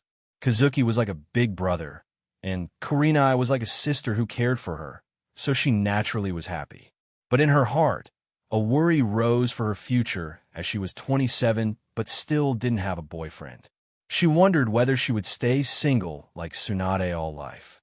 Kazuki's voice was really loud as it spread throughout the hospital, and some old staff who knew him recognized his voice. The news soon reached the ears of Minato, Kushina, Kakashi, Obito, and all of his friends. Kazuki House. Congratulations, Kazuki Koen. The house of Kazuki was extremely lively at this moment. Minato, Kushina, Kakashi, Obito, Shursui, and all the rest of the friends of Kazuki were present. When they learned about the news of the pregnancy of Kurenai, they all came to his house to congratulate them. The leader of every big clan of the village was present also. As with Kazuki's status, they had to give him such respect and hoped to maintain a good relationship with him. Minato congratulated Kazuki as he was happy for Kazuki, who could finally start his family. "You should take care of her from now on, Kazuki." Kushina reminded Kazuki with a dangerous look in her eyes as she didn't want to see Kurenai hurt anymore. She knows how much Kurenai has suffered all these years, and when she finally got some happiness, she reminded Kazuki not to disappoint her again. "Had it novel been at. Worry not, Kushina-san, I won't disappoint her again." Kazuki assured Kushina as he wanted to prove that he could be responsible. He has delayed his plan to go to that place, and he will stay in the village and take care of her. At least till the child is born, he will stay in the village and look after her properly. "But I'm fine, and I also need to teach my students." Kurenai didn't want to be idle. After all, she wasn't used to it, and her students needed to be also prepared. All these years, she has been used to a busy schedule, and suddenly being so accessible to adapt to this situation was somewhat difficult for her. "Don't worry about that, Kurenai-san. Shursui will take care of them." "Yes, Kurenai-san, I'll try my best to teach them." Minato assured Kurenai as Shursui, who sat beside Itachi, patted his chest, assuring Kurenai. Shursui was also excited as this would be the first time he would teach someone, so he looked forward to it. "Kazuki, you're always one step ahead of us." With Rin sitting beside him, Obito commented as Kazuki was really a step ahead of them. Guy and Kakashi also sat behind these two, and Guy in such a big gathering were a lot reserved, not in his usual style. "Haha, Obito, I'm looking forward to hearing good news from you also." Kazuki laughed as he looked at Rin, and Obito gave them a knowing smile. Hearing his words, both Obito and Rin looked at each other, and their face turned red. Seeing the embarrassed Obito and Rin, everyone in the room laughed while some single dogs like Kakashi and Guy received critical damage. Soon, the patriarch of Hyuga, Uchiha, Nara, and others congratulated Kazuki. "Congratulations, Lord Kazuki." "Thank you, Fugaku-san." Kazuki thanked Fugaku, who he saw after so many years. Some hair of Fugaku had turned white at this point. Speaking of Fugaku, Itachi, just a few days ago, told Kazuki his guess that his father may also have awakened Mangekyo. The eyesight of Fugaku was getting weaker, and even if Fugaku hardly used his Mangekyo, the curse would eventually erode his eyes. But Kazuki didn't give pure gold to Fugaku, and Itachi also didn't mind since he knew such a thing would be very precious. Even if the relationship of Kazuki was good with Fugaku, it wasn't to the point of giving him pure gold. Only true friends like Minato, Kakashi, Jiraiya, and some of the rest, he planned to share it with them. After all, the pure gold he had wasn't unlimited. If the amount of pure gold was unlimited, he didn't mind sharing with him, but sadly, it wasn't possible. Soon the eventful night came to an end as Minato and the rest left the house of Kazuki. Kazuki also stayed true to his promise as he took care of Kurenai. Kazuki was entirely in the role of a caring husband, cleaning the house and making food. After learning about her pregnancy, Kazuki didn't dare delay anymore and proposed to Kurenai, who happily agreed to marry him. A big ceremony was held, and everyone was invited to participate. The Kage from other villages also participated, and the whole town celebrated the auspicious event for a few days. Minato and everyone else also prepared gifts for Kazuki. Minato gave the newlywed couple a special customized kunai, wishing a better future. Kakashi gave Kazuki a unique red scabbard since he knew Kazuki would like it. After the wedding, Kazuki and Kurenai moved into their new big house, which Kazuki bought, since he had more than enough in his system space. As the days passed, it turned into months, and the stomach of Kurenai became more and more bloated. Finally, the day Kazuki was waiting for came as he stood outside the delivery room door, pacing back and forth. But what he didn't know was that soon he would meet some unexpected guests. Kazuki paced back and forth outside the delivery room, his face full of worry. He knew there shouldn't be a problem with Kurenai as she is pure gold, but he was still worried. Even if she was a ninja, the pain she had to go through was unbearable. Kazuki couldn't calm himself when she was going through this pain. Everything will be fine, don't worry, Kazuki-kun. Minato assured Kazuki as he could see the worry on the face of Kazuki. Minato and Kakashi had also accompanied Kazuki to the hospital. I know it's just, Kazuki wanted to calm down, but even someone as strong as him would feel nervous at such moments. Suddenly, Kazuki heard a baby cry from the delivery room as a smile appeared on his face. Creak! The delivery room door was pushed open as Tsunade, Kushina, and Shizen came out with smiles on their faces.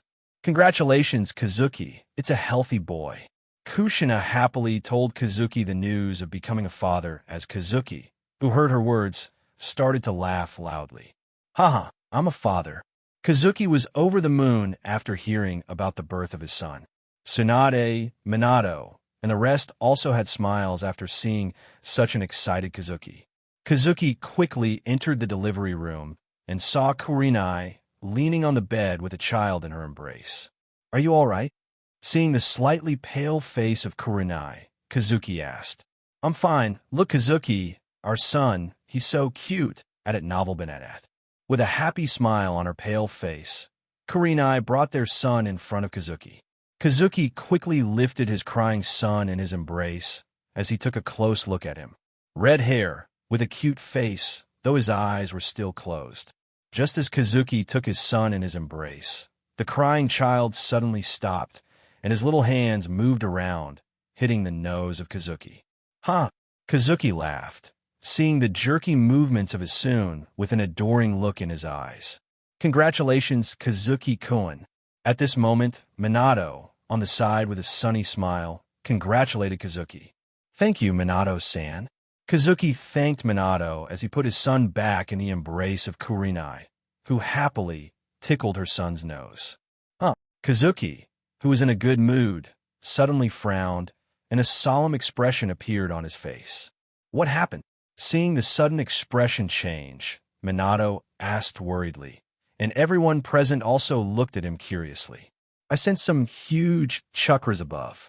Kazuki quickly came near the window as he looked up in the sky and spotted 4 figures standing in the sky. Minato and others also looked towards the sky, and Kurenai also wanted to see, but was stopped by Kushina since her health wasn't good enough yet. A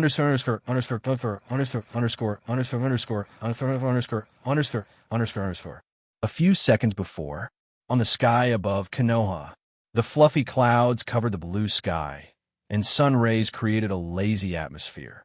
But suddenly, it seemed like the space was cut apart, and a portal was opened. 4 figures stepped out from the portal and looked down at the prosperous village below. All 4 of them seemed out of the world, as their face and dressing were totally different from the inhabitants of Ninja World. It seems we were successful. The one who spoke had grayish-blue spiky hair and white eyes with a brown horn covering most of his forehead, leaving a slight gap. He wore a long-sleeved light color suit with a sectioned apron over it. He was holding a flexible red fishing rod. and in the other hand, he had a strange turtle-like device. That mortal, he should be weak enough for us to kill in this time. The spokesperson had pale blue long hair with a zigzag pattern in the middle. On his head were two curved brown horns, and like his partner, he also had white eyes and was dressed in white. Behind him was someone with a burly physique and height over 2 meters. He also had short spiky blue hair, a beard, and a long horn above his left eye. He held an enormous red halberd in his hands and had an indifferent expression on his face. I can't wait to extract his chakra. Urashiki laughed as he could finally get that guy's chakra after traveling through time with the help of this turtle. Don't underestimate that mortal. From the information we gathered, he should be pretty strong even now, so be careful. We could have gone back even further, but it's all because of this damn turtle. Urashiki cursed as this device didn't have much energy left to take them back even more in the time. Otherwise, their work could have been more accessible. Don't waste time. Let's go.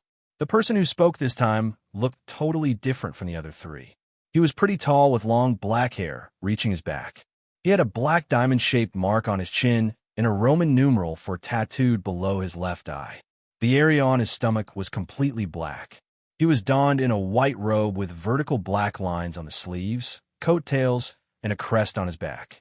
Jigen, along with the other 3, quickly descended down. This, Kazuki, unlike others who could only see vague figures, was able to see them clearly. His memory was solid, so he recognized all 4 of them immediately. A solemn look appeared on the face of Kazuki like never before.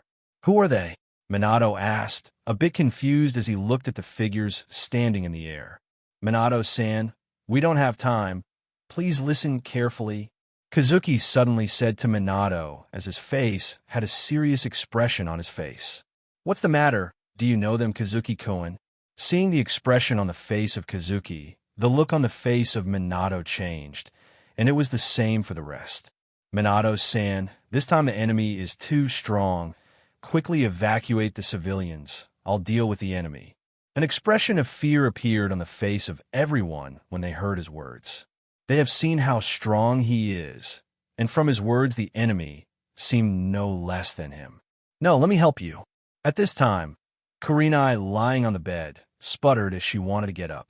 Wait. Kazuki quickly arrived beside her and stopped her from getting up. You are in no shape to fight. Stay here while I'll deal with the enemy. Kazuki assured Karinai, but a look of fear appeared in the eyes of Karinai. Unlike in the past, this time, she could see uncertainty in the eyes of Kazuki that made her afraid. No, please not again. I don't want to lose you again. Karinai shook her head in denial as she looked towards him and pleaded. Don't worry, everything will be fine. Kazuki kissed her forehead and then hugged her as he tried to calm her down. Karinai didn't speak anymore, but the chest of Kazuki got wet from her tears. Kazuki let go of her and looked at his son in the embrace of Karinai. A sad look appeared in the eyes of Kazuki, but then it was replaced by determination, and he picked up his son. I hope I can see you grow up, Renji, said Kazuki as he looked at his son and then kissed his forehead before handing him back to Karinai, who became even sadder after hearing his words. The days of a warm family were finally here, but once again, things took a turn she never had expected. Please look after her, Tsunade-san, Kazuki said to Tsunade as he hoped that she could stop Karinai from doing something unexpected. Rest assured, kid, Tsunade assured Kazuki, who gave her a grateful look and left the hospital since the enemy had already made a move. Minato, Kakashi had already left before and were already evacuating the civilians.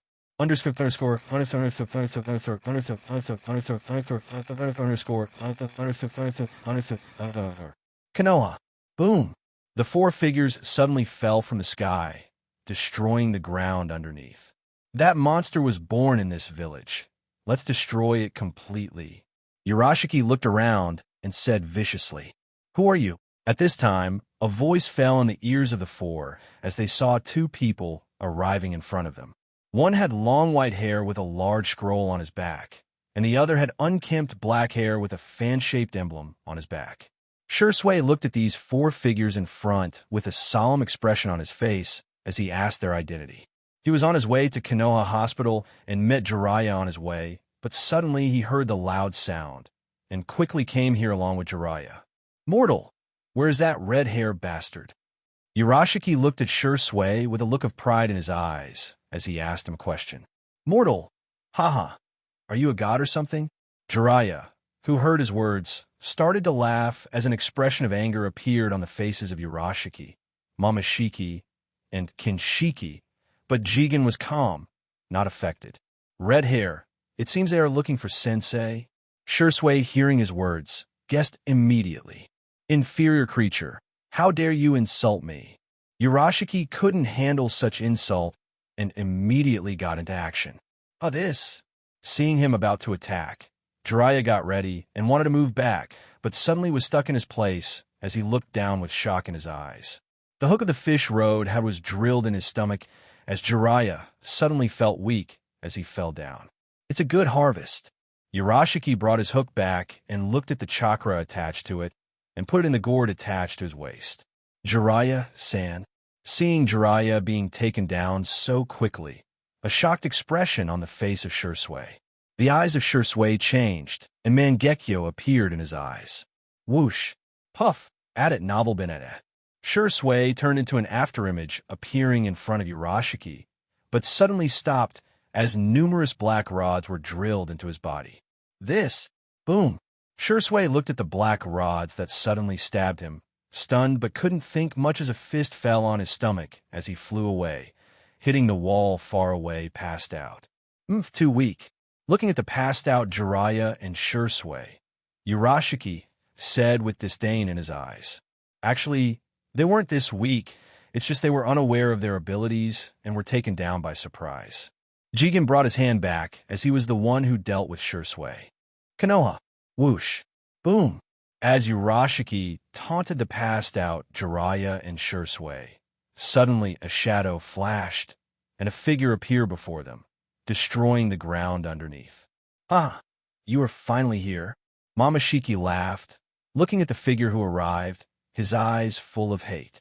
It seems they are here for me. Hearing Momoshiki's words, Kazuki guessed immediately, and sensing the hate in the eyes of Momoshiki, he also guessed where they were from. You came from the future, right? Kazuki asked while looking at the four in front as their expressions changed suddenly after hearing his words. You really are different. Jigen, the calmest of them, spoke as he praised Kazuki. I don't know whether I should be happy or sad, seeing how desperate you are. It seems the future me really scared the Otsutsuki clan. Shut up. Momoshiki seemed to remember something after hearing his words as he roared in anger. You knew about us even during this timeline. This time even Jigen was shocked as he couldn't understand how Kazuki knew about them. Being from the future can still be guessed, but knowing something that shouldn't be possible was truly shocking. Does that matter anymore? Kazuki had gotten enough information, so he got ready for the business. Today you will die, and worry not, we will also destroy this village. This village has troubled us a lot. Momoshiki and the rest of the four also took a fighting stance, ready to attack Kazuki. Whoosh! At this moment, leaving a yellow trail in the air, Minato appeared, and he had 3 more people around him. Kazuki-kun will help you. Sensei, you can count on us. Minato, Tsukumo, Itachi, and Kakashi appeared beside Kazuki, ready to help him. A smile appeared on the face of Kazuki as he felt warm because he had friends he could rely on. Kinshiki. Seeing Minato and others appearing, Momoshiki looked back and waved his hand. Whoosh! Kinshiki appeared in front of Minato and the rest with a purple aura around him, his halberd striking down on them. So fast. This was the thought of Minato, Tsukumo, Kakashi, and Itachi as, with difficulty, they moved, dodging the attack. Still, Kinshiki didn't give them time to stabilize and once again attacked them. Chakra erupted from Minato, Tsukumo, Kakashi, and Itachi as they also got serious, and the 3 of them launched a counterattack against Kinshiki. Kinshiki would take care of them. Let's deal with this bastard, Momoshiki said as Jigen and Urashiki got ready to fight. Whoosh! The 3 of them appeared before Kazuki immediately with their weapons striking down on Kazuki. Kazuki jumped backward, evading the attack, and the next moment rushed towards them as a sword appeared in his hand. Clang! Jigen suddenly had a black rod in his hand as it collided with the blade, but his other hand wasn't idle as he pointed towards Kazuki. Kazuki hurriedly jumped back as he had already seen what he was about to do, and as Kazuki had expected, some black rods were inserted in the place where he stood. But Kazuki didn't get a chance to breathe as suddenly he heard a wind-cutting sound from his left and right and saw Momoshiki with a red stick and Urashiki with a fishing rod pouncing on him. Had novel been at, but the expression on his face remained the same like he had already expected it, and bringing his blade forward, he quickly spun as numerous thick red energy slashes went towards Momoshiki and Kinshiki. Puff! Suddenly, Kazuki coughed blood as a black rod penetrated his stomach as he moved back and pulled it out. Damn, even if I can see the future, it's still not easy to deal with 3 of them at once. Kazuki had seen already that he would be injured, but dealing with 3 Super Kage rank powerhouses at the same time was difficult, so he couldn't avoid that rod. Bastard! Urashiki and Momoshiki cursed Kazuki as they appeared beside Jigen, but Momoshiki had blood oozing down from his chest. Urashiki, because of his time jutsu, was able to save himself, but Momoshiki wasn't that lucky. He couldn't altogether avoid his slash and was injured. Don't underestimate him. Attack him with your full power. Jigen reminded the other 2, who were angry being bossed around but didn't say much. They knew he was the strongest among them, and now they were dealing with the same enemy, so they swallowed their anger. Poach! Urashiki poached his blue Rinnegan out and started to eat them. Jigen also started to grow a horn above his head as he got serious also. I need to take this outside. Kazuki, looking at the devastated village and civilians running around, decided not to fight here anymore. The village went through a devastating attack last year, and he didn't want it to be destroyed again. Kazuki slightly closed his eyes, and a red shade appeared around his eyes. Quickly this way, Naruto, along with other Konoha Chunin, guided the civilians to the underground shelter preparing for the worst. During this whole year, Naruto and other Konoha 11 have all been promoted to Chunin. Minato had given them a task already to evacuate the civilians. The fearful atmosphere enveloped the whole village as everyone remembered the situation a year ago. Red shade began to appear around the eyes of Kazuki as he opened his eyes, revealing toad-like red pupils. Boom! Urashiki also had completed his transformation as he roared, and a massive airwave was ejected from him, destroying everything around. Seeing his transformation, Kazuki wasn't much surprised. Bang! Kazuki put force under his feet as in the surprised eyes of Jigen and the rest. He jumped in the air, leaving a red trail in the air. Try to run away. Seeing Kazuki running, Urashiki, with a new vertical golden Rinnegan on his forehead, snickered as he floated in the air following Kazuki. There was no way he would let this mortal run, and he would harvest his chakra. Jigen and Momoshiki also floated chasing Kazuki. Kinshiki, who was fighting, saw Momoshiki floating away quickly, pushed back Sakumo with a big strike, and chased Momoshiki. Minato and the other 2 also chased him, not wanting the things to get more tough for Kazuki.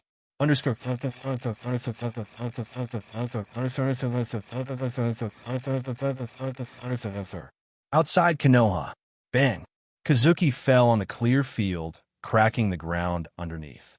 Haha, no matter where you run, you can't escape death today. Urashiki also arrived as he laughed, taunting Kazuki. Here I can go all out. Kazuki ignored the taunting of Urashiki, and a serious expression appeared on his face.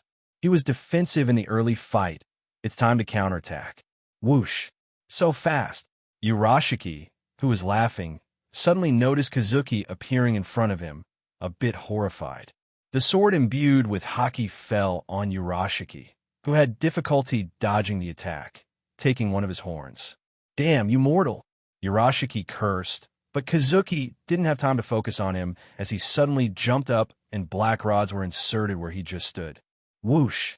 Jigen appeared before Kazuki in the air, the black rod moving toward his head, but the blade of Kazuki was even faster as it was already near the neck of Jigen. Whoosh! But Jigen suddenly disappeared in front of Kazuki as his blade hit nothing. Kazuki felt massive chakra behind him as he wanted to turn back, but suddenly Momoshiki appeared in front of him, his red stick thrust towards his throat. Clang! Boom! Kazuki blocked the stick with his blade, but a fist full of power fell on his back. Bang! Kazuki, in the air, shot down, hitting the ground, and a pit was formed. Damn cough! Die! Mortal! Kazuki got up from the pit coughing blood, but he didn't have much time to think as Urashiki appeared in front of him with a purple aura around his hands. Boom! The fist coated with purple energy fell on the chest, but suddenly the expression on the face of Urashiki changed. Instead of flesh, he seemed to have something even harder than metal.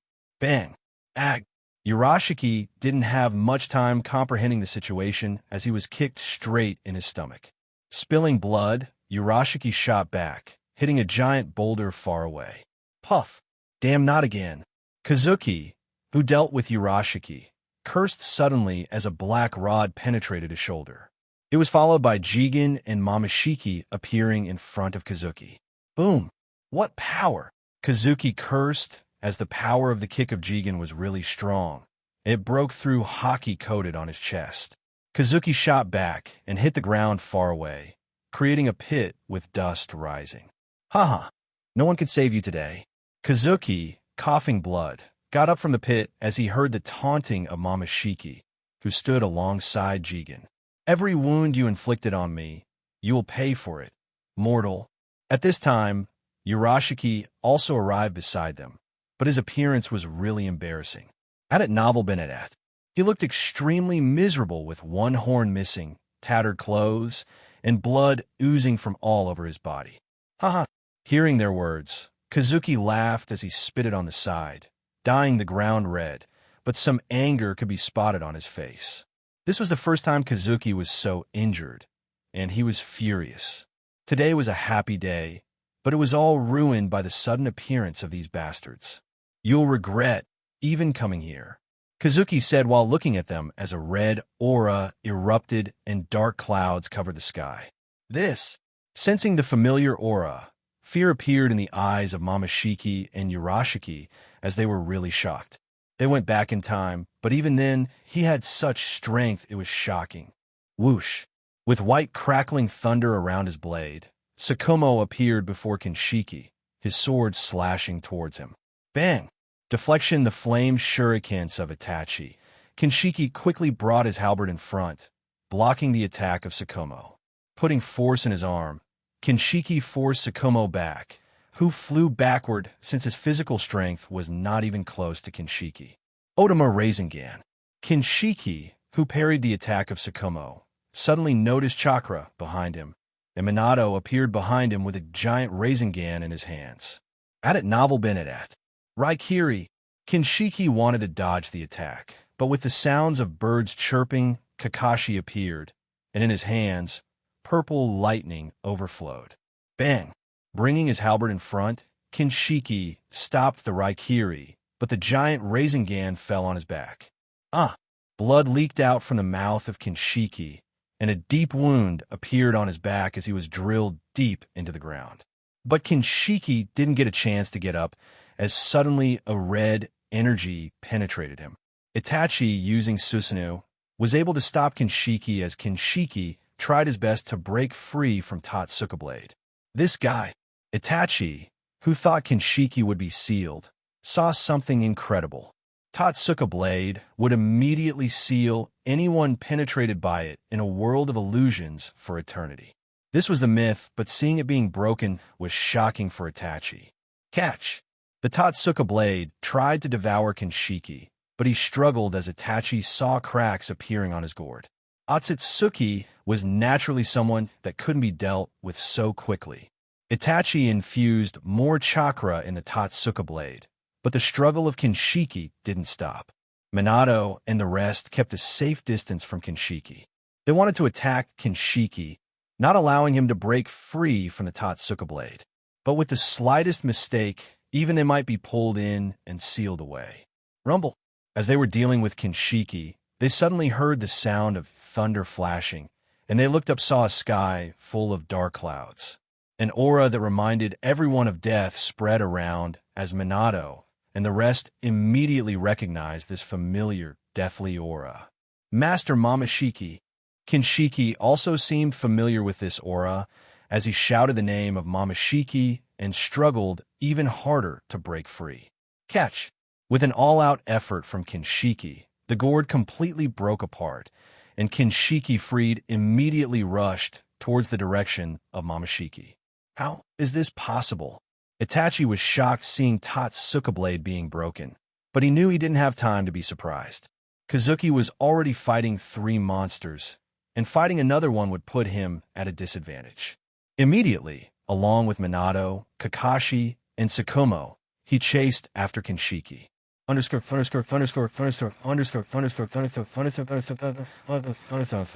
Konoha Hospital. In the delivery room, Tsunade-sama. Quickly, a patient is in grave danger. Akanuchi quickly ran in, as she quickly told the situation of the patient who was injured due to the shock waves caused by the fight of Kazuki and Otsutsuki. Please look after her, Tsunade-san. Tsunade remembered what Kazuki had said to her, but she also couldn't leave a patient in danger. After struggling with herself for a moment, Tsunade sighed as she turned around and said to Shizen, "Shizen, take care of her," Tsunade instructed as she quickly left to treat the injured patient. Kurenai lay on the bed holding her newborn son, hoping nothing wrong happened and her family could reunite quickly. Rumble. But suddenly, she heard the sound of lightning from outside and sensed the familiar aura. Kazuki. No, Kurenai, stay here. Kurenai became worried as she wanted to get up, but was stopped by Shizen. Shizen, I have never asked you anything. Please let me leave, I beg you. Kurenai looked towards Shizen with tears in her eyes as she wanted to go and help Kazuki. She didn't know, but she had a bad feeling in her heart, and she couldn't wait to go and fight along with Kazuki. Sigh. Seeing the tears in the eyes of Kurenai, Shizen sighed and didn't persuade her anymore. Take care of Rinji, Shizen. Kurenai handed her newborn son to Shizen as chakra erupted from her. The mark on her forehead began to expand. It spread all over her face and appeared on her hands, body. Kurenai, who was feeling weak, suddenly began to feel the power returning as soon she was even better than her peak state. Opening the window, Kurenai jumped down, rushing towards the direction of Kazuki as her senses were heightened a lot in this state. Jumping from building to building, she quickly left the village, and the distance between her and Kazuki kept decreasing. Kurenai had determination in her eyes as she would fight along with him this time. The red aura surrounding Kazuki finally dispersed as it revealed a totally different Kazuki. Different from last year, there were slight changes in the shurikai of Kazuki. Bandages were fully coiled around the sword of Kazuki, and it was edgier than before. Kazuki also wore black haori and a red rope diagonally coiled around from the shoulder. This year, Kazuki's temple extraction has reached 26%, and he was able to unlock another form of shurikai. Ichigo had many evolutions throughout his journey, which was why he was able to become one of the strongest in a few years. Kazuki put his hand on the sword's hilt fixed on the back, bringing it forward. The bandages around it began to disperse, and shiny silver and black blade appeared in the hands of Kazuki. It seems we still underestimated him. Looking at the form of Kazuki, Jigen wasn't as calm as before as he knew things were about to get really tough. Urashiki and Momoshiki also had a severe expression on their face as they knew that the upcoming fight wouldn't be easy. Whoosh! Ow! Jigen, whose eyes focused on Kazuki, suddenly saw Kazuki appearing before him. His speed was so fast that even if he could see him, his body couldn't keep up with his eyesight. Puff! The black and silver blade fell on Jigen, who immediately shrank himself, but it was still a bit late. Damn, lesser species. A horn flew up and fell far away, and Jigen Horn less appeared at a bit of distance away from Kazuki for the first time angry. Momoshiki and Urashiki saw Jigen injured, were stunned, and immediately wanted to move back, trying to keep a little distance from Kazuki. Puff! But just like before, though they could see Kazuki, but their bodies couldn't keep up with their eyesight. Two long, deep wounds appeared on the chest of Momoshiki, and Urashiki and blood fell around. Holding their chest, they appeared beside Jigen with a bit of fear in their eyes. I told you, you will regret it. Kazuki's eyes were indifferent as he looked at the miserable trio of Tsutsuki clan. Damn, how dare you look down on us? The proud Momoshiki couldn't bear the disdain in the eyes of Kazuki. They are the noble ones, how dare this mortal look at them this way? It's time to finish this, Kazuki said while looking at the three of them, and finally, his eyes were fixed on Jigen. This guy was the strongest. He would quickly deal with the rest after finishing him. Farewell, Jigen or Ishiki. Hearing his words, Ishiki wanted to move back, but suddenly found his body out of control. A terrifying, deathly aura enveloped him, and even his spirit seemed to have taken some damage. Dark crimson energy began to emit from the blade of Kazuki, but then another black matter covered the sword altogether. Crackling, dark lighting also appeared around the blade, and the space around the sword seemed to tremble from its horrifying power. Damn! Catch! Just seeing the sword scared Ishiki, who wanted to move away despite feeling an intense headache, but suddenly cracks appeared on the black matter around his stomach. Not now. This will be the strongest, Kazuki murmured, feeling the power in the blade. Getsuga Tenzo! Ishiki cursed, but he didn't have much time to think of a solution as Kazuki, standing in front, with full power, slashed his sword towards him. Boom! The dark sky suddenly became crimson for a moment, and from the blade of Kazuki, everything in its way was dyed red. No! Ishiki cried, and he brought his hands forward as the dark matter was released from his hands, tried to absorb the world-ending slash. Had it novel been at it. But it was useless as Kazuki never used chakra, and Ishiki was enveloped by the dark crimson slash, and the terrain behind was devastated by the attack. Boom! A long ravine continuing tens of kilometers appeared, and whether it was forests, rivers, and mountains, all in the way of slash were destroyed. Rumble! Lighting fell from the sky, hitting the land, as even the heavens were shaken by this attack. The whole land of fire was shaken by the power of this attack. Even Kazuki was shocked by the power of this attack. He did put everything he had in this attack, but he never expected it to be so strong. Even Sasuke's Indra's arrow paled a little in front of Getsuga Tenzo, combined with armament and Conqueror's haki. This monster! Momoshiki and Urashiki were scared silly looking at the devastated terrain and no signs of Ishiki. It's now your turn. Kazuki turned his attention towards Momoshiki and Urashiki as a panicked expression appeared on their face. Whoosh! Kazuki appeared before the terrified duo, his sword slashing towards them. But suddenly, Kazuki frowned as he quickly moved away from them. A colossal box suddenly fell from above where Kazuki just stood, destroying everything underneath. A serious look appeared in the eyes of Kazuki as he sensed a vast chakra, and he couldn't be more familiar with it. Damn, mortal, because of you, I had to reincarnate in this body. Floating in the air, Ishiki cursed in anger, but the aura around him was too strong, and his appearance had also changed slightly. Outside Konoha, Ishiki, floating in the air, cursed as he was forced to reincarnate in this body. Otherwise, he could have died. Ishiki Otsutsuki long ago came to Earth with Kaguya, but was betrayed by her and left seriously injured. He hid in the body of a novice monk and gradually took control over his body, and even implanted karma in him. But his body was not suitable for him to reincarnate, because it wouldn't handle his power and would soon be destroyed. He never expected that he would be forced to reincarnate by Kazuki, making him angry. This body won't bear this power for much longer. I need to quickly go back and implant another karma in Kawaki, thought Ishiki as he looked at Kazuki, the culprit who forced him to go to such lengths. As Ishiki looked at Kazuki with anger, Kazuki also had a solemn expression on his as he could sense the strong aura of Ishiki. Ishiki's appearance has changed a lot. His skin was pale, his long curvy horns starting above from his left eye and wrapping around the back of his head and jutting outward from his right temple. The iris and pupils of his left eye were yellow with a black wheel-like pattern, and his left eye was Byakugan. On his chest was a vertical column of 6 black magatamas, topped with an emblem resembling a black mallet across his chest.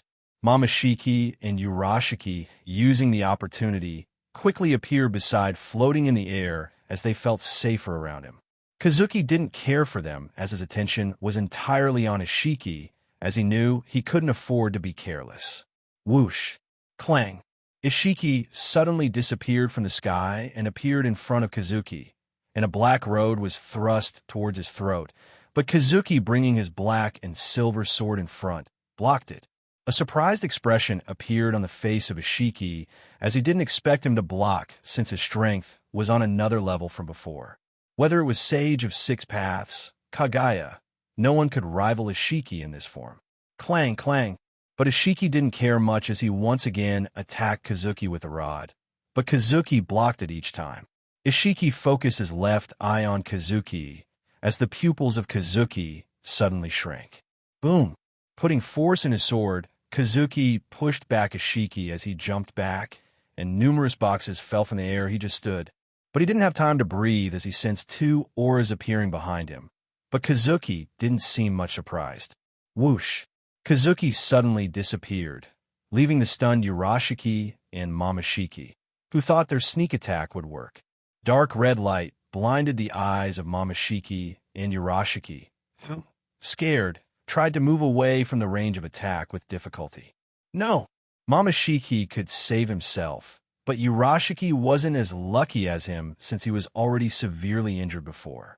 The slash of Kazuki completely enveloped Urashiki, who roared in despair, but his voice soon died down as no sign of Urashiki was left. At it, novel Benedat. 1 down. Kazuki sensed the aura of Urashiki disappearing, knew he was killed thoroughly. His attack also wipes out soul, so Urashiki won't be able to implant karma. Boom! But Kazuki didn't have much time to be happy about killing Urashiki as Ishiki suddenly appeared in front of him, and his punch fell on the stomach, which he wasn't able to dodge. Kazuki flew away, hitting the ground as blood spilled out from his mouth as Kazuki lay in a pit. Whoosh! Ishiki appeared above Kazuki, who lay in a pit, his black rod moving towards his heart. Kazuki quickly rolled aside, dodging the road as he jumped up and spun in the air, his kick straight to the face of Ishiki. Damn! Ishiki cursed as he was hit right on his cheek as he flew back a few steps while spilling blood from his mouth. But this didn't stop Ishiki as he quickly counterattacked Kazuki and rushed towards him. Kazuki also ran towards him as a fierce fight started. Boom! Boom! Swish! Booming sounds rang throughout the battlefield, mixed with air-cutting sounds as pits covered the whole battlefield. Massive air pressure caused by the collision of attacks destroyed everything around, and the continuous rain from the dark clouds above made the atmosphere even more depressing. Boom! Kazuki's blade and the black road in the hands of Ishiki collided once again as both of them were pushed back. The appearance of both of them was highly embarrassing as blood oozed from all over their body. Ishiki had 2 long, deep slash wounds on his chest and minor slash wounds all over his body as blood poured down from them. His horn was again missing, and his face was slightly pale from the brutal fight. Kazuki wasn't much better as he had some deep wounds on his stomach, and his black robe was stained red. His face was also slightly pale and blood stained around the corner of his mouth. Kazuki, after so many years, finally met an opponent who could fight him equally. Ishiki's strength was the same as his after reincarnation, and he really gave him a tough time. Momoshiki, who watched the fight from the side, was angry and helpless also, as he knew that he didn't have the strength to interfere now. Master Momoshiki. A smile suddenly appeared on the depressed face of Momoshiki after he heard this voice. Master Momoshiki. A burly figure stained with blood, oozing from all parts of his body, appeared in the sight of Momoshiki rushing towards him. Momoshiki smiled as he pointed his hands towards Kinshiki, and he was pulled towards him. Minato and the rest chasing Kinshiki also arrived and stopped a bit confused about what Momoshiki wanted to do. In the unbelievable eyes of Minato and the rest, Kinshiki was stuck to the palm of Momoshiki and suddenly turned into a dark red fruit. Huh. Momoshiki laughed loudly as he ate all the fruit in one bite. Boom. Kazuki's and Ishiki's fists once again collided, creating a massive airflow. But the expression on the face of Kazuki showed worry. He wanted to stop Momoshiki, but he couldn't afford to be careless against Ishiki. Minato and others were surprised to see Momoshiki eating Kinshiki. But their surprise increased even more as they saw massive chakra erupting from Momoshiki as he began to transform. Soon his transformation was completed, and the appearance of Momoshiki was changed. Long gray hair and 2 long horns curved back. Black markings were all over his body, and an additional golden rinnegan on his forehead. Haha! Momoshiki, after gaining the massive boost in power, laughed loudly. An intense wind pressure erupted from him, pushing Minato and others. Whoosh! Momoshiki disappeared from his place, appearing in front of Minato, whose eyesight couldn't keep up with the speed of Momoshiki. Boom! Ag! Based on instinct, Minato wanted to teleport, but even that was too late as a fist fell on the stomach of Minato. Had it novel been at? Minato coughed up blood, flew back, hit the ground forcefully, and didn't move again. Whoosh! Momoshiki didn't give the stunned Kakashi and the rest the time to think and, with his top speed, appeared before Itachi. Itachi quickly put chakra in his eyes as a red skeleton surrounded him as the fist of Momoshiki slammed on it. Boom! But just like glass, it was broken immediately, and a mighty fist fell on his chest. Like Minato, Itachi flew back, hit the ground, and passed out. Seeing both Itachi and Minato taken down in succession, both Tsukumo and Kakashi tried to resist, but in front of the powerful Momoshiki, they couldn't last long. Boom! Thud! Both Kakashi and Tsukumo fell on the ground while coughing blood, and, the next moment, passed out. Hee, it's time for your death. Momoshiki looked at the passed-out Minato and the rest with disdain, and then said viciously, gazing at Kazuki. They came back from the future to kill this guy, but even in this timeline, he was so strong. 2 of them were killed already, but they are finally about to succeed. Whoosh! Momoshiki disappeared from his place, rushed towards Kazuki and Ishiki, ready to join the battle. Swish! Puff! Ag! Ishiki groaned due to pain as he jumped back, keeping a distance from Kazuki while one of his hands was on his chest from where fresh blood poured down. Hoo! Kazuki, holding the sword, panted as his face was even paler. Kazuki was absolutely sure that if it had only been Ishiki, he would have defeated him by now. Due to fighting earlier with Momoshiki and Urashiki, he was too tired and had lost too much blood. Kazuki, panting, suddenly frowned as he seemed to see something and quickly jumped to his left side. Boom! Momoshiki fell where Kazuki just stood, destroying the ground underneath.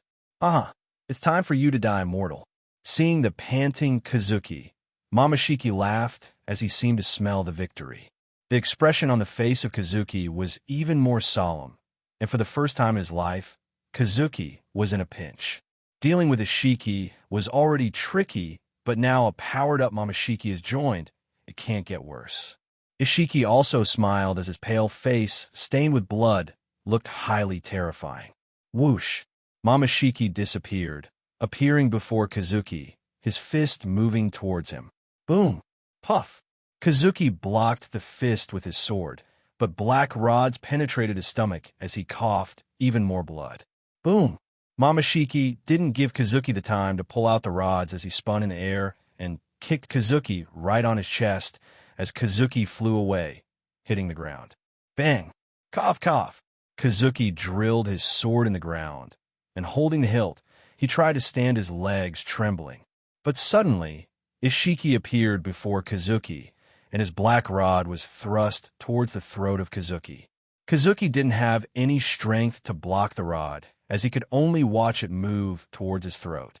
So it's the end, sorry. Kurinai, I couldn't keep my promise again. As the death was near, time seemed to slow down as Kazuki thought about his whole life. He thought about Kurinai, who loved him no matter what happened, but he always hurt her, and could never keep his promise. A weak smile appeared on the face of Kazuki as he closed his eyes, ready to die. Whoosh! Puff! The black rod passed through flesh as blood spilled around. Rumble! The rain poured down from the dark clouds as lightning flashed, illuminating the dark sky. Puff! The rod passed through flesh as blood spilled around. Kazuki, waiting for his death, suddenly frowned as the expected pain never came, and he felt some warm blood spilling on his face. Kazuki opened his eyes and found a figure in front. Her eyes looked into his eyes, but blood flowed from the corners of her mouth. A black road had passed through her chest, and her breathing was a bit heavy, but she had a weak smile on her face. Finally, I was able to help you. Kurenai brought her trembling hand forward and touched the cheeks of Kazuki, caressing them gently, her eyes wet with tears. Thud!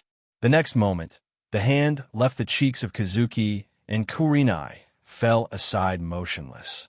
Blood continuously poured down from her wound, dyeing the wet ground red. Thump! Fast heartbeat. No! Kazuki, seeing Kurenai falling aside, was left stunned, and a look of despair, anger, and sorrow appeared in his eyes. Kazuki's loud roar reached heaven, and his shiki, who pulled out the rod from the chest of Kurenai, was suddenly pushed back by massive air pressure. Boom! The sky suddenly turned red, and everyone in the ninja world was left stunned by this change.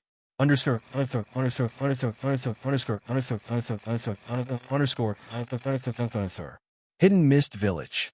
What's happening? Meitarumi looked at the red sky with shock, and she could also feel a deathly aura covering the whole world. Akatsuki's hideout. This aura, looking at the red sky above and sensing the familiar deathly aura, Fukashi immediately recognized it. What is that monster doing? Fukashi saw such a significant change and wondered what that monster was trying to do.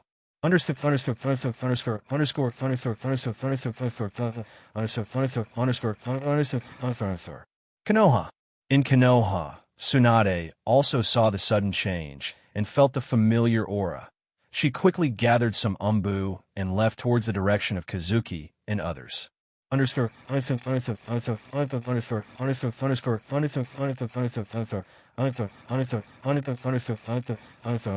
Outside Konoha. Had it novel been at?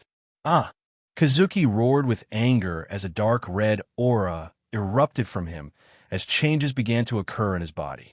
A mask appeared on the face of Kazuki, and it changed more and more, and Kazuki's roar suddenly turned frightening, mixed with the voice of a monster.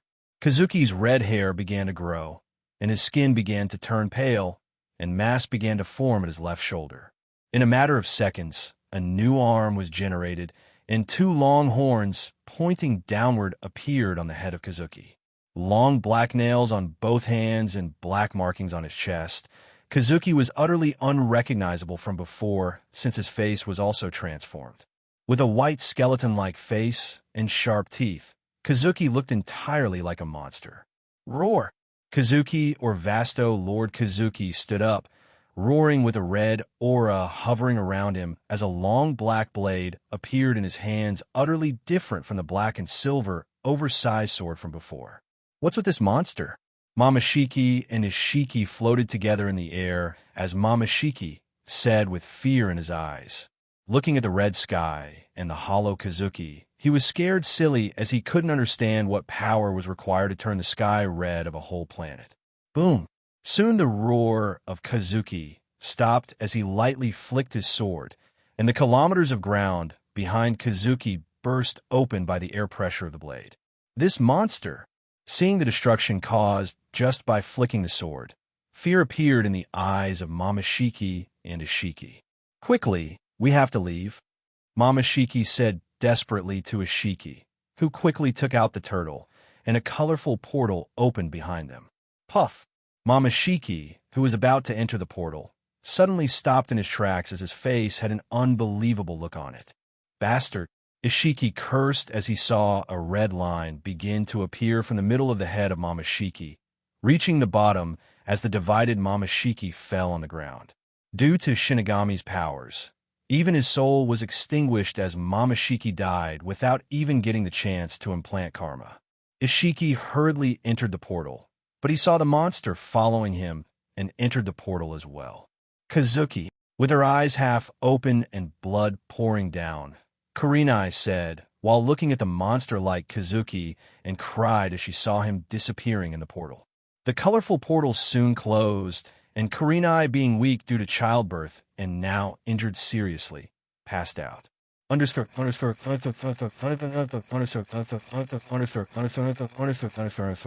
Time dimension. Die monster. Ishiki, in anger and despair, attacked the monster but only saw red light enveloping him. Ishiki screamed in pain, but soon his voice died down and no sign of Ishiki was left. Kazuki, in this form, couldn't think anything, so he picked up the turtle a bit curious like a child and walked forward aimlessly and fell from the platform and was submerged by the colorful lights and disappeared. The thunder roared. The red sky finally began to turn dark again, and the deathly aura enveloping the whole world finally dissipated. Whoosh! Along with other Konoha Umbu, Tsunade quickly arrived at the battle point. It's just too unbelievable. Looking at the ravine, continuing, hundreds of kilometers where once mountains and rivers existed, but all were razed to nothingness. Tsunade was shocked. Any life in that area was obliterated, and the whole ground had turned gray, losing its vitality. What kind of strength is required to do this? Umbu looked at the razed terrain and said with some emotion in his eyes, "Maybe only the legendary sage of 6 paths can do this. Only he may have the power to destroy hundreds of kilometers of land." Tsunade calmed her heart, shocked by sight, and looked around for Minato and others. Immediately, she spotted Minato and the others and found them all fainted. Quickly take them back. After finding the passed-out Minato and the others, Tsunade immediately ordered to take them back to the village. Finally, Tsunade also found Kurinai, who lay on the ground with blood everywhere. Poor girl. Looking at Kurinai, who had passed out due to blood loss, Tsunade felt sad in her heart. Just like her, this girl had gone through too much and had borne too much pain. Today was one of the happiest days of her life, but it turned into hell, and once again, she had to experience the same pain. Sigh, you are gone. Again, can't you just make this little girl happy? Tsunade let out a sigh, thinking about Kazuki, who was nowhere to be seen, and felt even sadder for Kurinai. He had promised her that he would always keep her student happy, but he broke his promise once again. Rumble. Tsunade and the Umbu quickly took everyone back to the village, and every shinobi in the village was ordered to stay alert. The divided corpse of Momoshiki was also brought back and was sealed for now and would be dealt with later.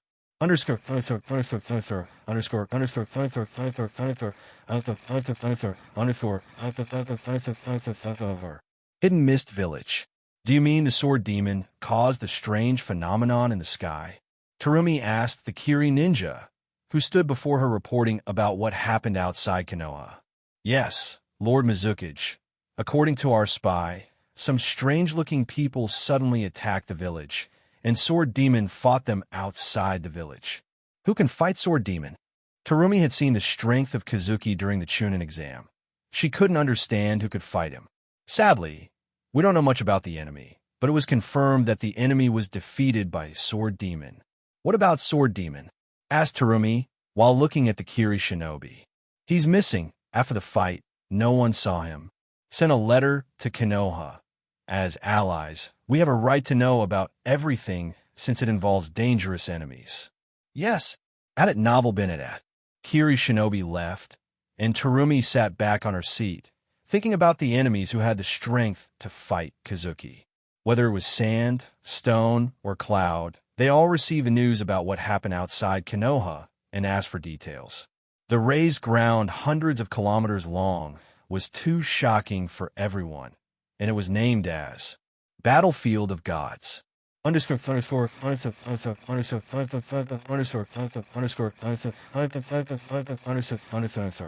Akatsuki's hideout. Have you learned about the enemy? Fukashi asked while looking towards White Zetsu. No, Konoha is too cautious this time, and they have developed a way to detect my chakra. I can't infiltrate Konoha anymore. Last year, so many white Zetsu infiltrated Konoha quickly, so the corpses of white Zetsu were studied, and a method to detect them was invented. What about Sword Demon?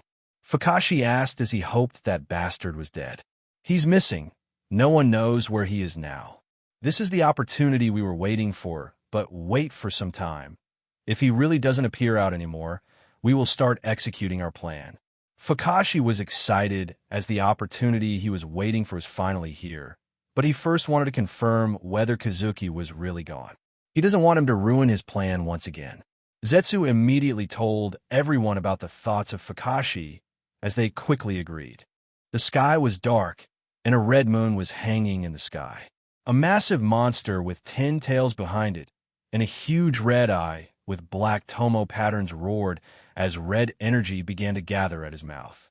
A cone-shaped Baijidama was formed, and the monster shot it towards the equally massive blue Susanoo in front. Boom! Noticing the Baijidama coming towards him, Hagoromo, standing in the crystal at the forehead, infused more chakra, and the colossal blade of Susanoo deflected it to the side. The Baijidama fell far away, and a massive explosion was set off, and anything within the explosion radius was reduced to nothingness. Stop it! Mother, try to remember the power of love. Fighting will only destroy the world. Hagoromo looked towards his mother, who floated beside the 10 tails as he tried to convince her. She had 2 rabbit horns rising upward from her head, and a Rinnegan was also visible on her forehead. Whoosh! Added Novel Benedette. Leaving a green trail in the air, a person appeared floating beside Hagoromo. Green chakra coat has enveloped him entirely, and behind him were black orbs floating. I nurtured you both, but just like before, even you betrayed me. I'll take back the power that I gave to you. Kaguya, who came to the earth for once, was able to experience love, but even he betrayed her, and all she had left were 2 sons. Kaguya nurtured them carefully and even shared her power with them, but her sons betrayed her just for these humans. She had once trusted humans, but they betrayed her, and now her sons were fighting against her for these humans. She was really disappointed. Elder brother, what do we do now? Seeing Kaguya refusing, Hamura floating beside the Susanoo looked towards Hagoromo, waiting for his answer. We have no choice. We have to seal her. A sad look appeared in the eyes of Hagoromo for a moment before it was replaced by determination. Only by sealing his mother can the world be saved from its destruction. Kaguya again waved her hand as 10 tails beside her rushed towards Hagoromo, who got ready for another round. But at this moment, all of them suddenly stopped in their tracks as they saw the dark sky suddenly turning red. Catch! Cracks began to appear in the air, and a colorful portal was opened, and a figure with 2 horns on his head and holding a black sword in his right hand and a turtle in the other walked out. What's happening? Seeing such a significant change, both Hagoromo and Hamura were stunned, but their focus was immediately on the figure that walked out from the portal. What is that? Looking at the humanoid monster, Hagoromo couldn't understand what it was. Kaguya also looked over, and a surprised expression appeared on her face because of her superior Byakugan. She could feel the vast aura of this monster. It was too strong, and her surprise increased more when she saw the turtle in its hand. She recognized it as she was the one who brought it on Earth. Vasto Lord Kazuki, noticing the aura of Kaguya, Hagoromo, and Hamura, looked towards them. Who are you? Kaguya asked while looking at the Vasto Lord Kazuki. Whoosh! But no response came as the monster suddenly disappeared before from his place. How? Kaguya was terrified, sensing the aura behind her, as she couldn't understand how he appeared behind her. Puff! As she wanted to turn her head back, the blade was vertically slashed on her back, and blood splashed around. Bang! Kaguya was shot down by the force of the blade as she hit the ground forcefully, and a deep wound appeared on her back, which was healing too slow. Mother! Both Hagoromo and Hamura cried as they couldn't believe their mother was taken down in one strike, and some worry was on their face. They never wanted to kill her, They only wanted to seal her away. Hearing their voice, Vasto Lord Kazuki looked towards them and once again disappeared from his place and was before the crystal on the forehead of Susanoo. So fast. This was the thought of Hagoromo, as even his Rinnegan couldn't see how he appeared in front of him, and there was no way he could stop his attack now. The blade of Vasto Lord Kazuki was thrust towards the Susanoo, and just when it was about to strike the Susanoo, it stopped suddenly. Roar! Hagoromo saw the monster suddenly stop as it suddenly began to roar loudly and seemed to be struggling with something. Whoosh! Hagoromo quickly dispersed the Susanoo, and with Himura, he moved back, keeping a certain distance from Kazuki. Brother, what now? Looking at the monster, the expression on the face of Himura wasn't good, as he couldn't understand how they would deal with this monster. They were having a hard time against her mother, but this monster even defeated her with a single move. It was too shocking. Let's wait and see. Hagoromo knew only both of them had the power to resist this monster. If they retreat, this monster will destroy the world. And with his Rinnegan, he could see the aura of this monster was unstable, like it was struggling with something. Roar! Swish! Hagoromo and Himura saw the monster roaring more and more, and suddenly he slashed the blade towards his own head. A horn flew up, falling down, and they saw the monster stopped moving. Catch! Cracks appeared on its face, and finally, like glass, it was broken, and a handsome, tired-looking face appeared. Thud! Kazuki only saw the dark sky for a second before his vision went dark and fell down on the ground, and his body began to transform back to its original except with the addition of another arm. The sky was dark, and the red moon was the sign of a disaster that fell on the world beneath it. Thud! Kazuki, who finally was able to take control of his body back, fell from the air and passed out the next moment. He turned out to be a human. Both Hagoromo and Himura were surprised by the transformation of the monster. Elder brother, what should we do with him? Himura asked while looking at Hagoromo, as he could see that person had passed out, and they could deal with him quickly right now. He has a kind heart. At that moment, he stopped his inner monster from attacking me, and I could sense he was in deep pain, like losing something precious. Maybe that turned him into a beast before. Let's see, old mother, we won't get such a good opportunity again.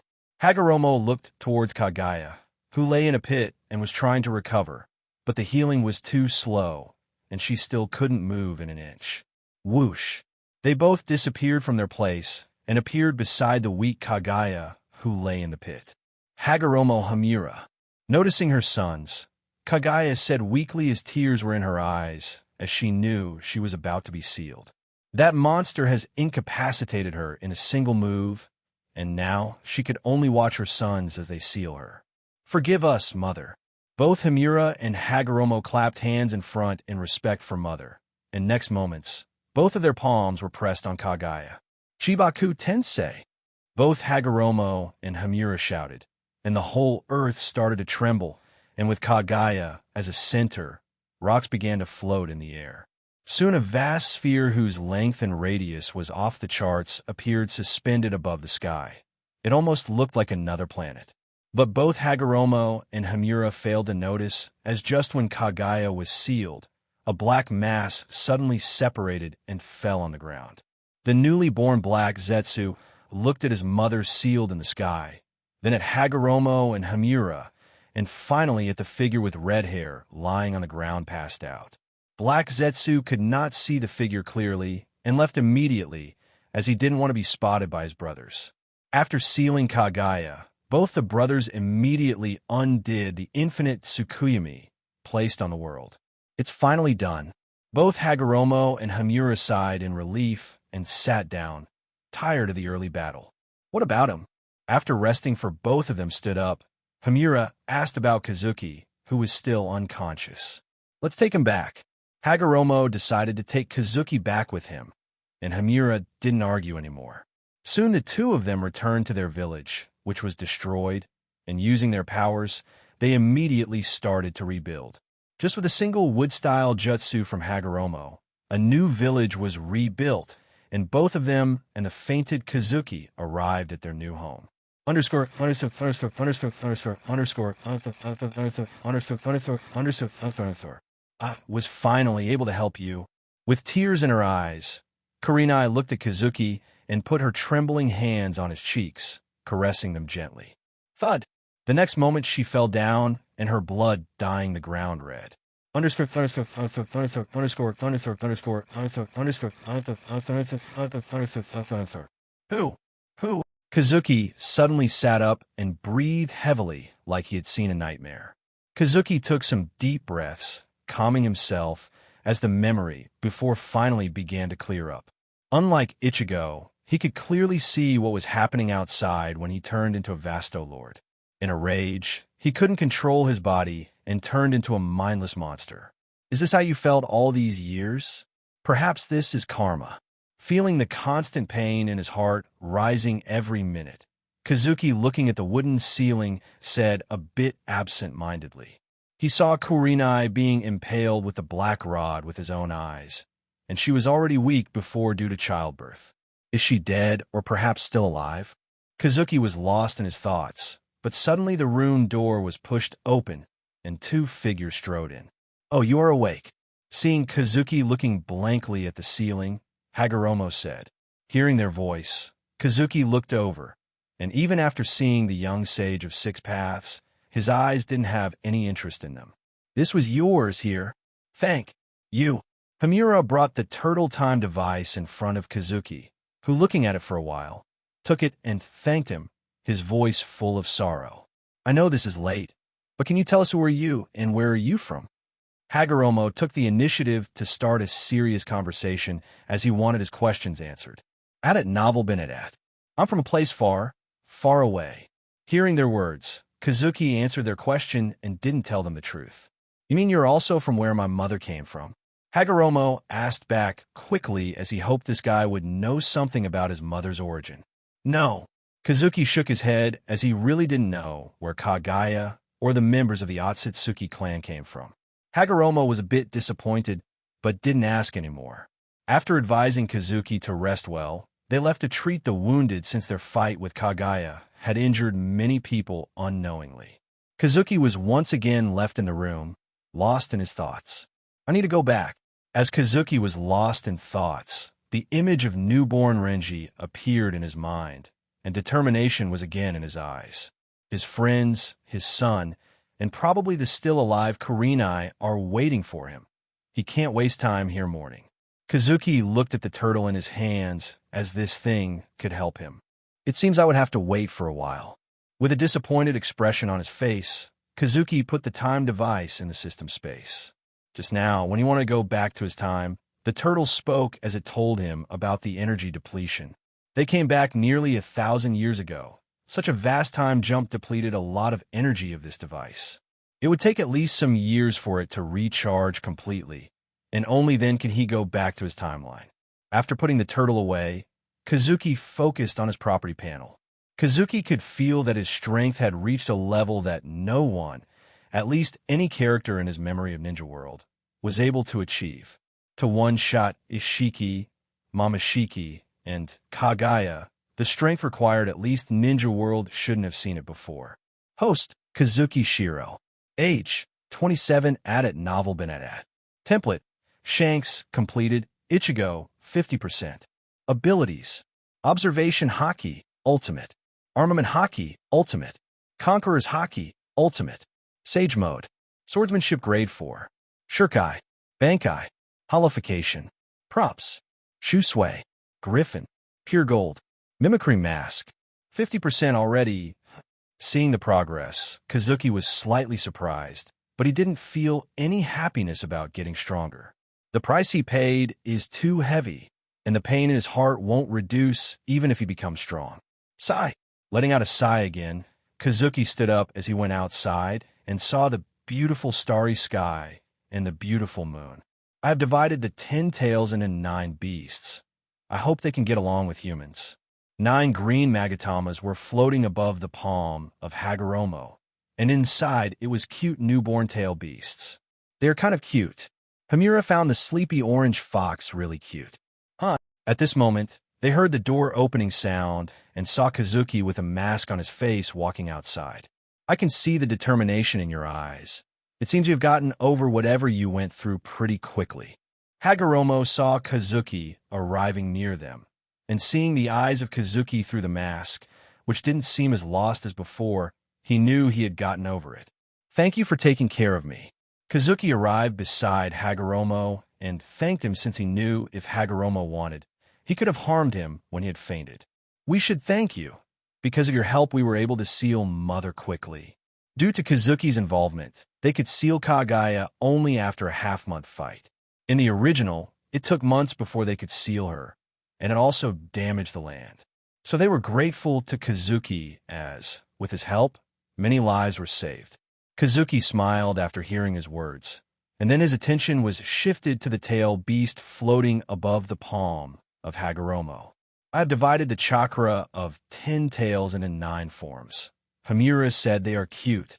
Seeing Kazuki looking at the tail beasts, Hagoromo, without any hesitation, told him.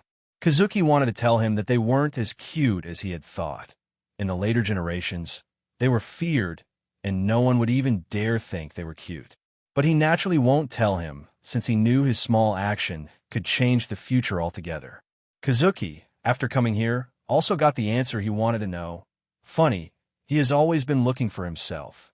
Perhaps sensing Kazuki's strong aura, the tail beast inside the Magatama woke up and looked at Kazuki, and then a fearful expression appeared on their face.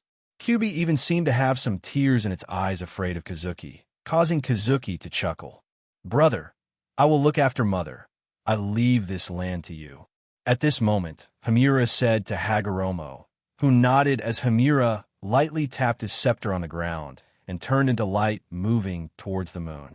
Before leaving, he lightly nodded at Kazuki, who waved his hand towards him. Hagoromo also put the newly born tail beast back in his body.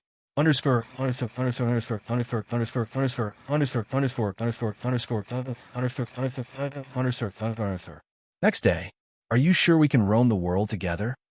Hagoromo said to Kazuki, who stood holding a mask in his hands and wore a gray cloak above his purple shirt and black pants, and a sword with a green hilt was hung on his waist. Thanks for everything, but I'm sorry, I have to leave alone. Kazuki didn't want to stay with Hagoromo anymore, as he didn't want history to be changed. Hagoromo sighed after hearing Kazuki answer and didn't insist anymore. Wait, you didn't tell me your name. Kazuki turned around and left, but he had just taken 2 steps before he heard the voice of Hagoromo. Kazuki stopped, and looking back towards Hagoromo, his lips rose up in a smile as he said, Akagami Shanks. The fast wind blew as the gray robe of Kazuki fluttered in the air as Kazuki left while waving his right hand. Akagami Shanks, I remember you. Hagoromo said with a smile as he saw the back of Kazuki finally disappearing from his sight.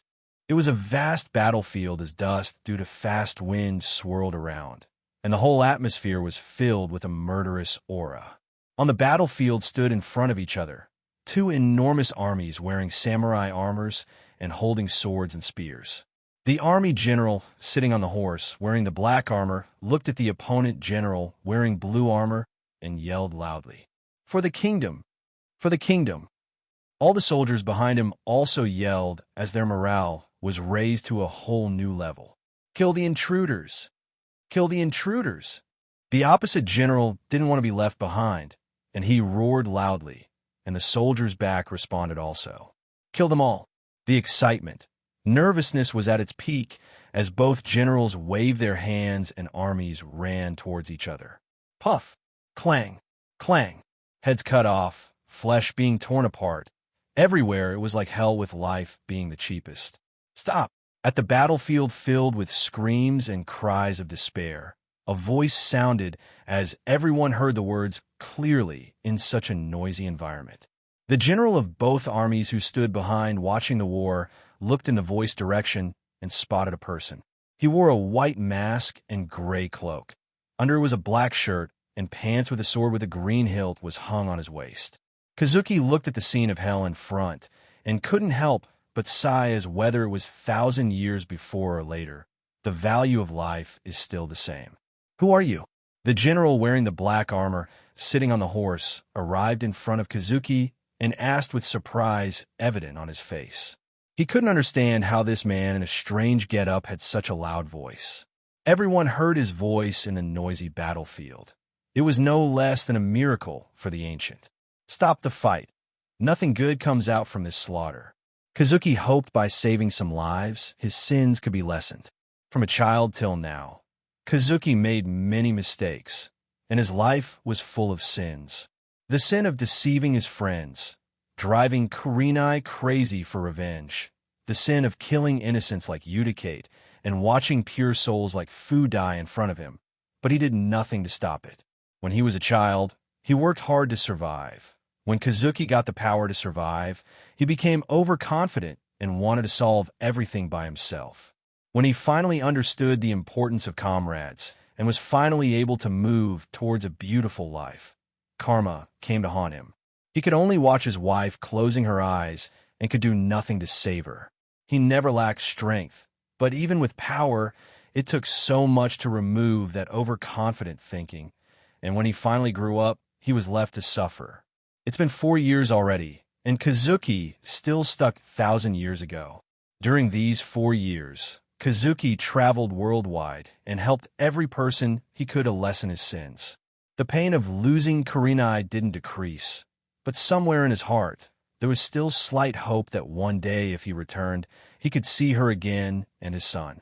Who do you think you are? How dare you order me? The general who heard the words of Kazuki got angry immediately. How dare this clown wearing a mask order him? Swish! The general pulled out his katana from the sheath and slashed towards the head of Kazuki. Thud! But the next moment, the general suddenly frowned and fell from the horse on the ground, passed out. General! The army soldiers under the fainted general saw him falling down, were stunned, and the next moment all of them ran towards Kazuki, trying to take him down. Boom! But just like the general, every soldier wearing black armor suddenly saw a red aura moving towards them, and they passed out. How? Is this possible? Is he a god? The general of the Blue Army saw the unbelievable sight and was left scarred. Clink! Do you still want to fight? Kazuki pulled out his sword entirely from the scabbard, brought it to his right side, and said while looking at the blue-armored general and his army. Dark red aura surrounded Kazuki, and his red eyes gleamed with his red hair falling on his forehead. We dare not. The general dropped the katana from his hands, and his army followed him, surrendering. I'm always watching you. Remember this and tell them when they wake up, Kazuki said to the general, who nodded immediately, scared silly. To him, Kazuki was a god. Forget humans, he won't even kill a chicken again, and it was the same for every soldier behind it. Kazuki, putting his sword put in the scabbard, back left the battlefield, leaving the scared general and his army. In a dark cave, a corpse with a big hole on his chest was lying on the ground. The corpse had snake-like skin and also wore glasses. Beside the corpse were two figures, as one of them was on his knees, and his face had an expression of despair. Why? Fukashi looked towards the person standing in front of him and said with despair, his tone full of unwillingness. Blood was oozing from his body, and the left part of his body was covered with a black matter. I'm finally back. The person standing before didn't care about Fukashi as he laughed loudly, feeling the blood rushing in his veins. It's been a whole year since the day the sword demon disappeared. After waiting for a few months, Fukashi again got active to implement their plan. But things didn't go well for him, as the 5 great nations had formed an alliance. Nearly every member of Akatsuki was killed by the joint effort of the ninja.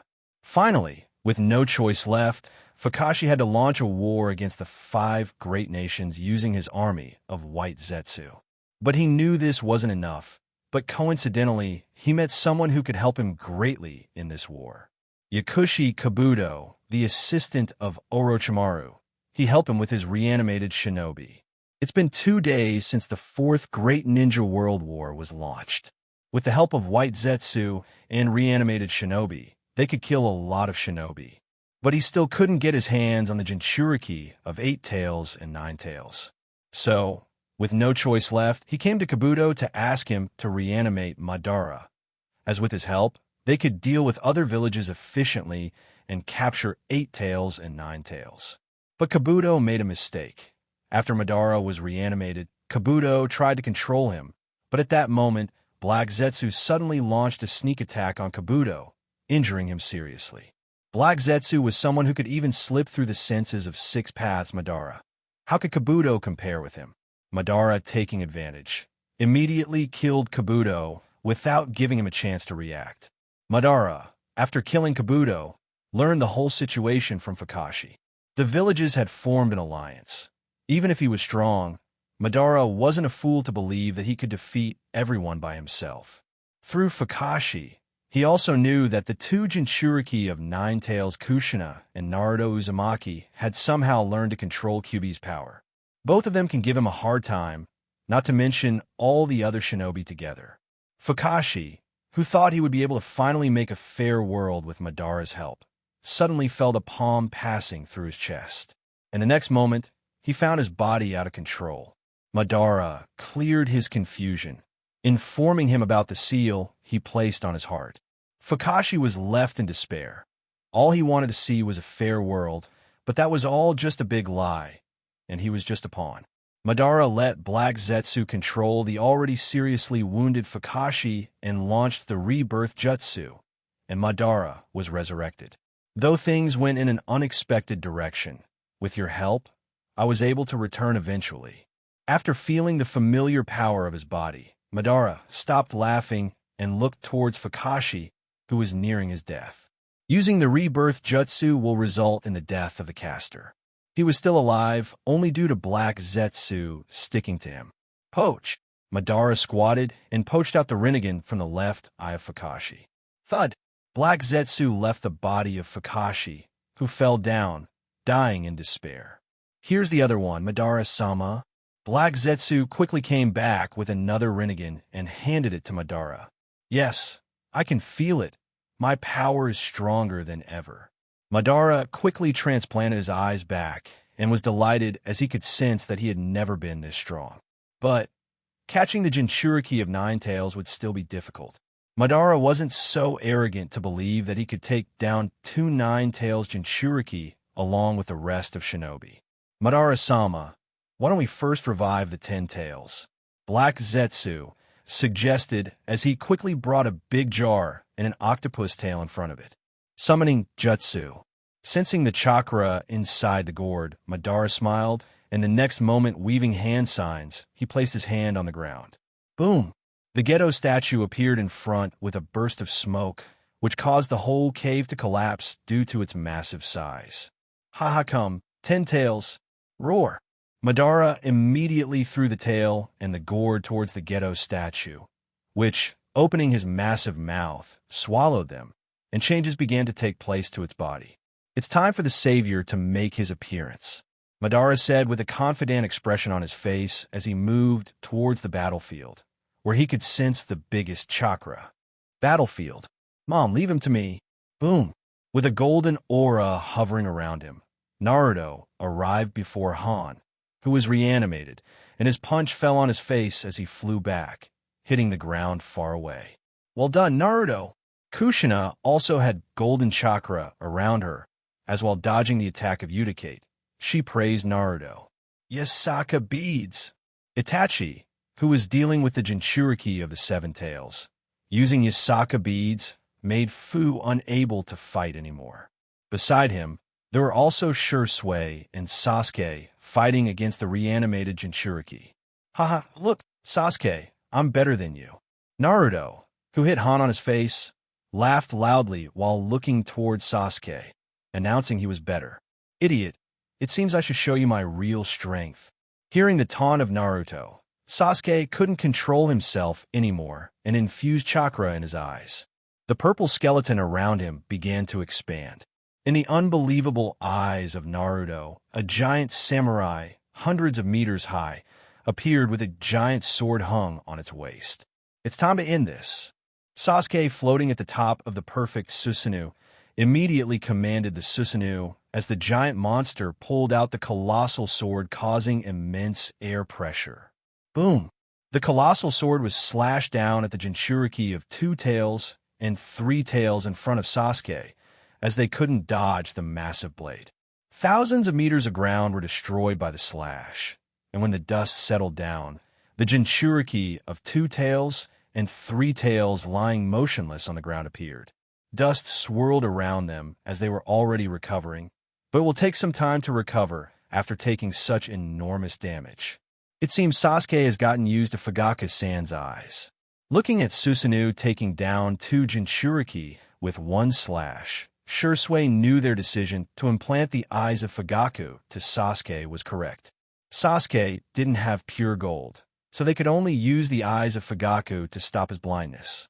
"You have surpassed me, Sasuke." Seeing Sasuke so strong, Itachi felt happy for his brother, who could achieve his dream of surpassing him. Damn Sasuke, when did he get so strong? Naruto was left stunned as he couldn't understand how Sasuke got so strong. "Don't worry, kid. If you link with me, you'll be as strong as him." When Naruto was depressed, he heard the voice in his mind, and a happy expression appeared on his face. But at this moment, a surprised expression appeared on the face of Naruto, Kushina, Sasuke, Itachi, and Shursui as they saw a white light enveloping the reanimated shinobi.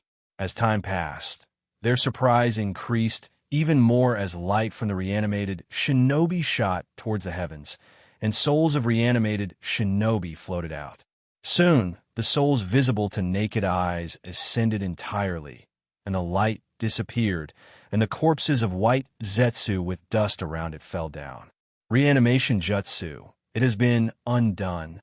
Itachi broke the silence as he told his guests to everyone present, making them surprised. Had novel been at. They couldn't understand who could defeat Kabuto when they were not even able to find his location. Immediately convey the news to headquarters. Kushina turned and said to one of the shinobi from the Yamanaka clan, who stood behind with some other shinobi. The army was divided into 5 squads, and a separate special team was made to find the masked Madara, which included Naruto, Sasuke, Kushina, Shursui, and Itachi. With their strength, Minato believed they would defeat the masked guy. But on their way, they suddenly met Fukashi, who used all the past Jinchuriki to ambush them. But Fukashi miscalculated the strength of these 5, and he had to retreat to get his trump card on the battlefield. Yes, haha. The ninja of Yamanaka clan nodded, ready to convey the news, but suddenly everyone heard loud laughter. Boom! A shadow flashed, and a person fell in front of Naruto and others as dust swirled around him. As the dust settled down, a person wearing a red Warring States era armor with a gunbai fixed on his back appeared in their sight. He had long black hair, and the aura around him was too strong. Who is he? Naruto, seeing the person who appeared, couldn't recognize him. I have seen him somewhere. Shursui, standing beside Naruto, seemed to remember something. His statue at the Valley of End. Itachi helped Shursui clear his confusion as he had a worried expression on his face. He's Uchiha Madara. Kushina and everyone else immediately guessed the identity of the person in front. Haha, so you were finally able to take that stupid mask off? Naruto wasn't afraid as he taunted Madara for his early deeds. Naruto, don't underestimate him. I can feel it. He is powerful. We will take him down together. Kushina warned Naruto, and hearing his words, everyone put a fighting stance, ready to deal with him. I see you want to dance, but I'm in a hurry, so let's do it another time. Only if you can survive through this. Madara wanted to fight them, but he knew he had to become the 10 Tails Jinchuriki first. Madara can't resist the whole ninja world himself. He is still immortal, and his stamina is limited. Summoning jutsu. Poof. Roar. A burst of smoke enveloped the whole battlefield, followed by a loud roar of a monster. What's with this chakra? Sensing the chakra that seemed to have no limit, Naruto and others were terrified, and their horror only increased even more when the smoke dispersed and the monster appeared in front of them. 10 Tails. Shursui squeezed out these 2 words with difficulty after seeing the massive monster with 10 tails behind it. Ninja Alliance Headquarters. The chakra of the enemy is decreasing rapidly. Report. The reanimation jutsu has been undone. It was a vast hall, and beside the large table sat the 5 Kage. In the middle of the room, Inoichi, Shikaku, and Ao sat on the floor, monitoring the situation of the whole battlefield. But suddenly, Ao sensed the chakra of reanimated shinobi decreasing, and soon after that, Inoichi received the news about the situation on the battlefield. What? It has been undone. Who did it? A stood up from his seat, surprised as he knew how difficult it was. They didn't even know where the caster was hiding, but suddenly the jutsu being undone was a sudden, pleasant surprise. We don't know that yet, Lord Reikage. Inoichi quickly told Reikage what he learned from the shinobi on the battlefield. It doesn't matter who did it.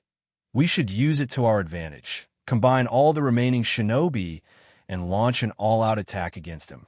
Inoki suggested dealing with the masked guy, as he could already smell the enemy's defeat. We approve.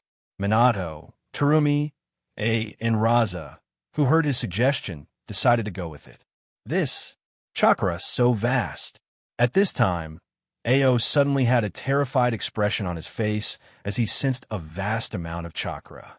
Had it novel been at? His voice was pretty loud, so everyone clearly heard his words. What happened? Terumi asked her as the expression on her face was full of worry. Ao, showing such an expression means that something is definitely wrong. Mizukage-sama, a vast, unidentified chakra, has appeared near the border of Cloud Village. Ao had a few beads of sweat on his forehead as he was terrified just by sensing this chakra. Quickly ask our shinobi near that about the situation. Reikage immediately said to Inoichi, who promptly got to work. It's not good. A massive monster with 10 tails has appeared. It's too strong. 10 tails? How is it possible? 8 tails and 9 tails, they're still not captured. So how can it be revived? Fukashi had sent White Zetsu as a war messenger to inform the Kage to hand over the remaining tail beasts and told them about his plan. This was why an allied shinobi force was formed, to deal with the masked Madara and save the ninja world. Lord Reikage, it's not only 10 tails, but Madara is also present there. Quickly, Inoichi, convey the order to every squad to march towards the 10 tails. If we don't stop Madara, this world will end. With worry evident on his face, Minato said to Inoichi quickly, who immediately got to work. We can't stay here anymore. We have to join the war now. Minato said to the other Kage, as they also stood up and nodded in response. Minato, along with the 4 Kage, disappeared, and when he reappeared, he was already near the border of Cloud Village. Before the war, Minato had his kunai placed around the whole ninja world in a secret place to deal with an unexpected situation. That's 10 tails. Minato, who with the Kage appeared at a distance from the particular field, immediately spotted the colossal monster. The monster had a huge red eye on his forehead, and it was brown in color. It didn't have any legs, but had 2 long arms with clawed hands and had a wide mouth with multiple rows of pointed teeth and a single spike on its shin. How is this possible? Looking at the giant monster, Minato and the rest were stunned. Just an arm of this monster was more extensive than any tailed beast in their memory. Whoosh!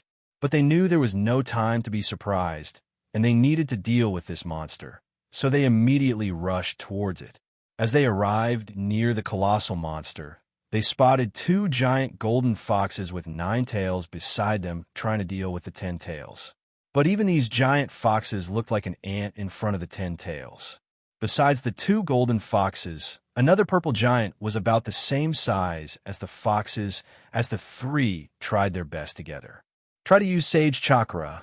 Naruto, Kushina, with golden chakra around her, said to Naruto as with just chakra, they weren't able to hurt this monster much.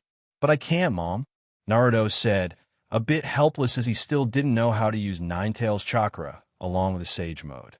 You are really useless, idiot. Naruto suddenly heard the taunt as an angry expression appeared on his face as he looked at its owner. Standing at the top of full-body Susanoo, Sasuke looked at Naruto with contempt. 10 months ago, Sasuke and his father went outside the village since his father wanted to train him personally. But on their way, both of them met Kakuzu and Kisame, who knew they were members of the Uchiha clan from their family crest. A fierce fight broke out. Fugaku wasn't weak, as with his man Gekyo. He efficiently suppressed Kakuzu, but he couldn't deal with Kisame along with him. Sasuke tried to help his father, but he couldn't hold Kisame much back longer and was seriously injured. Fugaku gave his all, and with Amaterasu, he was able to seriously injure Kisame and kill Kakuzu. Kisame ran away. Fugaku, who had been injured too seriously, died right in front of the unwilling Sasuke, which led to the awakening of his man Gekyo. Soon, some Konoha shinobi found both father and son and took them back to the village. Fugaku died, and Itachi became the next patriarch, and Sasuke swore to kill Kisame with his own hands. Sasuke trained really hard, and just 2 months ago, he fought Kisame, and a fierce fight broke out. Sasuke unlocked both Dojutsu and Susanoo, and after a hard fight, was finally able to kill Kisame. But his eyesight was dropping, and Itachi had no choice but to implant the eyes of Fugaku to Sasuke. Sasuke didn't want to, but there was no other choice. Itachi really missed Kazuki that time, as he knew Sasuke's problem could have been solved with that ring. If only he had been born before Fukashi, he could have been my perfect pawn. Madara stood on the back of Ten Tails with his arms crossed on his chest and looked at Sasuke with surprise. Never had he expected, after him, someone could reach his height. Whether it was Naruto, Kushina, or Sasuke, they sensed vast chakra rushing towards their direction. They spotted numerous shinobi wearing Shinobi Alliance forehead protectors running towards their direction. There were 5 squads, and in front were the leading commanders of the team. And if Kazuki was here, he would have immediately spotted the figure running just behind Kakashi in the 4th squad along with her 3 students. That's Ten Tails. Shikamaru, who has grown a lot this whole year, looked at the massive monster with surprise in his eyes. Even from so far, this monster looked too huge, and his surprise increased even more when he saw the golden foxes fighting Ten Tails. It seems you have surpassed your father, Naruto. Shikamaru was happy for his best friend, who could achieve his dream. Shikamaru has seen how hard has Naruto trained, and he actually wanted to be his advisor in the future. How will we defeat that monster? Ino, who saw the giant monster, was somewhat terrified as she wondered how they would be able to deal with this monster. Maybe he could have. Kurenai, running in front, thought as an image of a figure with a skeleton-like face and 2 horns on his head appeared in her mind. When she was injured by Ishiki, she didn't pass out, and she saw what happened to Kazuki. She saw him in pain, agony, and he turned into a monster for her sake. She saw his ridiculous strength, which turned the sky of the whole world red, and saw him killing those insanely strong enemies with ease. After that, she passed out and was taken back to the village by Tsunade. With her careful treatment, her life was saved. Kurenai was left in despair as she cursed. Why can't she have the life she desires? Always something happens, and she has to bear the pain. But after seeing her crying son, Kurenai once again bore the pain. And for her son, she did everything to raise him. This whole year she has been through a lot, not only because she had to raise her son alone, but the worry for Kazuki didn't decrease at all. She saw him entering that portal chasing after the enemy. Did he go to the enemy's hideout? And were there even more strong enemies like the intruders? Was he all right? Or was he even still alive? This thought haunted Kurenai, but she still didn't give up and kept raising her son while teaching her students. Just when war broke out, if she wanted, she could have remained back in the village and stayed with her 1-year-old son. But she didn't do that. The world that Kazuki tried so hard to protect and would never back out, even if it meant giving up his life, she wanted to save it also. Kazuki's sacrifice would have been in vain. She didn't want this to happen. Whoosh! All the 5 squads quickly arrived near the battle point and stopped at a bit of distance from Naruto and others fighting with the Ten Tails. So, it was true. He really is the child of prophecy. Jiraiya, the commander of the 1st squad, looked at his student who had grown to this height and remembered the prediction of Toad Sage. One day, one of his students will find the proper answer. He always thought it would be Nagato or maybe Minato, but this kid surprised him. Don't spout nonsense. Be more serious. Don't get angry, Tsunade. I was just lost in the past. Jiraiya, who absent-mindedly praised Naruto, heard the loud sound beside him and immediately a scared expression on his face as he quickly appeased the angry Tsunade beside him. Jiraiya was the commander of the first squad. Tsunade was the second squad's leader. Darui led the third, Kakashi the fourth, and fifth was Tsukumo. Konoha had so many powerhouses with so much war experience. No one was better than them to lead the squads. That's Sasuke-sama. He's so strong. Some members of the Uchiha clan cheered loudly after they saw the huge Susanoo of Sasuke fighting the Ten Tails. It seems I owe you again, Kazuki-kun. Minato and others reached the battlefield while the squads arrived and saw the giant monster. Looking at Kushina and Naruto using the power of Nine Tails, Minato thought about Kazuki as it was all due to his help. Is that? While Minato thought about Kazuki, Inoki, who saw the figure on the back of Ten Tails, immediately had a terrified expression on his face. That same arrogant face he saw years ago. Inoki could never forget it. Well, it seems everyone is gathered. It's time for the start of the show at it novel been at. Madara, standing on the back of Ten Tails, saw everyone arriving and said loudly. A tube suddenly drilled out from the back of Ten Tails, attaching to Madara, and the angry Ten Tails became docile. Ten Tails opened its mouth, and a huge Baijidama was formed immediately. Everyone heard his voice clearly, and after seeing the huge Baijidama, they were left terrified. Leave it to me. Just as Ten Tails was about to shoot the Baijidama towards them, Minato arrived in front of everyone. It's Lord Hokage. Seeing Minato, everyone sighed with relief as they believed Minato would definitely be able to deal with it. Catch. Just when Minato was preparing to deal with the upcoming Baijidama, a sound like glass being broken was heard by everyone. They all saw just a little distance away from the Ten Tails. The space started to have cracks, and a colorful portal appeared. Everyone saw a figure stepping out from the portal. Even in the dark night, they saw him clearly. He had short red hair with a handsome, mature face, and he wore a black shirt and pants with a gray cloak above it, and a sword with a green hilt was hung at his waist. He is.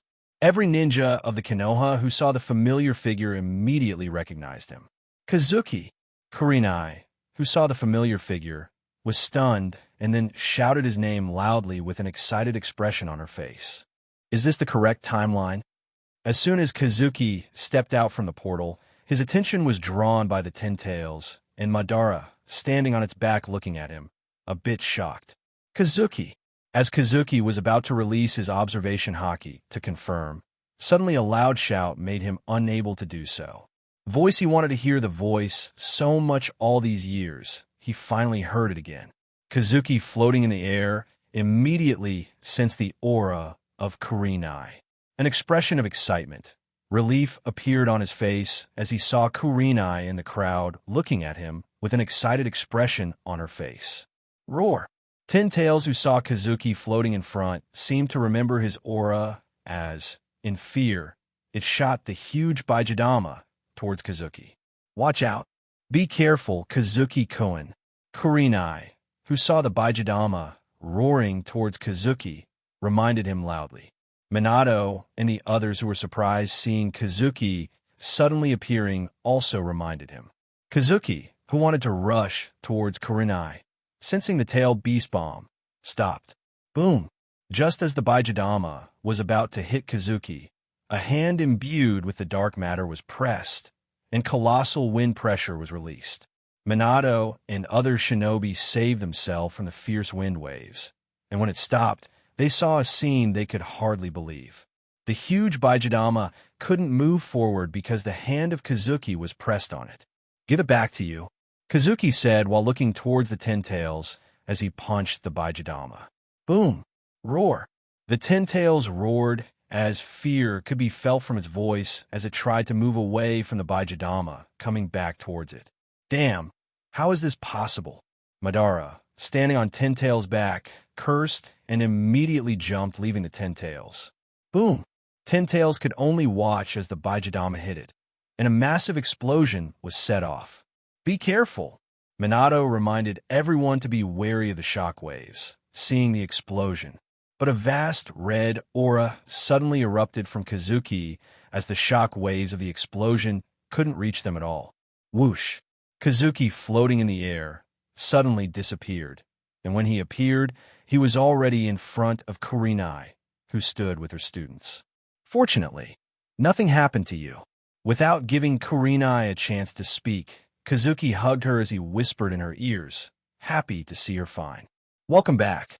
Kurenai, who wanted to say so much, hearing his words, sighed and tapped his back as she guessed he must have been worried a lot from his tired voice. Cough.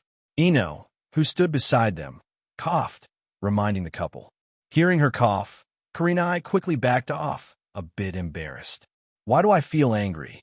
All the shinobi who saw the lovey-dovey couple didn't know why they had the urge to punch Kazuki, who just saved them from the Baijidama.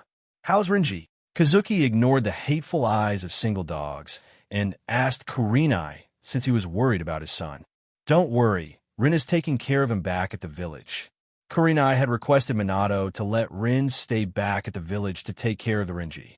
Even if the medical abilities of Rin were needed in the war, for the sake of Kazuki, Minato agreed and let Rin take care of him.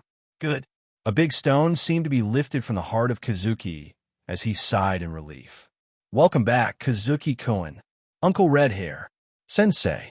At this moment, Minato, along with Naruto, Shursui, and Itachi, appeared beside him and greeted him. You sure have grown a lot, Naruto. Seeing the difference in the height of Naruto from 2 years ago, Kazuki commented, who scratched the back of his head, a bit embarrassed. Kakashi, Itachi, Shursui, and everyone who knew Kazuki were happy to see him again. His eyes. Kazuki, who saw the pattern in the eyes of Sasuke, looked towards Itachi with confusion. Is it really fate? Kazuki couldn't understand it. He changed the plot so much, but Sasuke still awakened Mangekyo. A sad expression appeared on the face of Itachi when he heard the question of Kazuki. Fugaka-san, Shursui, standing beside him, just said the name as Kazuki understood everything immediately. Don't be sad. Today, it will be the end of all conflicts. No one would have to bear the pain of losing their loved ones again. Kazuki rubbed the head of Itachi, encouraging him as he strode forward, ready to end the era of war. Had it novel been at. Every shinobi on the battlefield heard his words, and determination appeared in their eyes. Everyone gathered behind him as Kazuki, with his right hand on the hilt of his sword, looked towards Ten Tails, which had evolved after being hit by Baijidama. I never expected the brat of that year to grow to this point. Madara arrived a little distance away from Kazuki as he said, while looking towards him. Bangkok.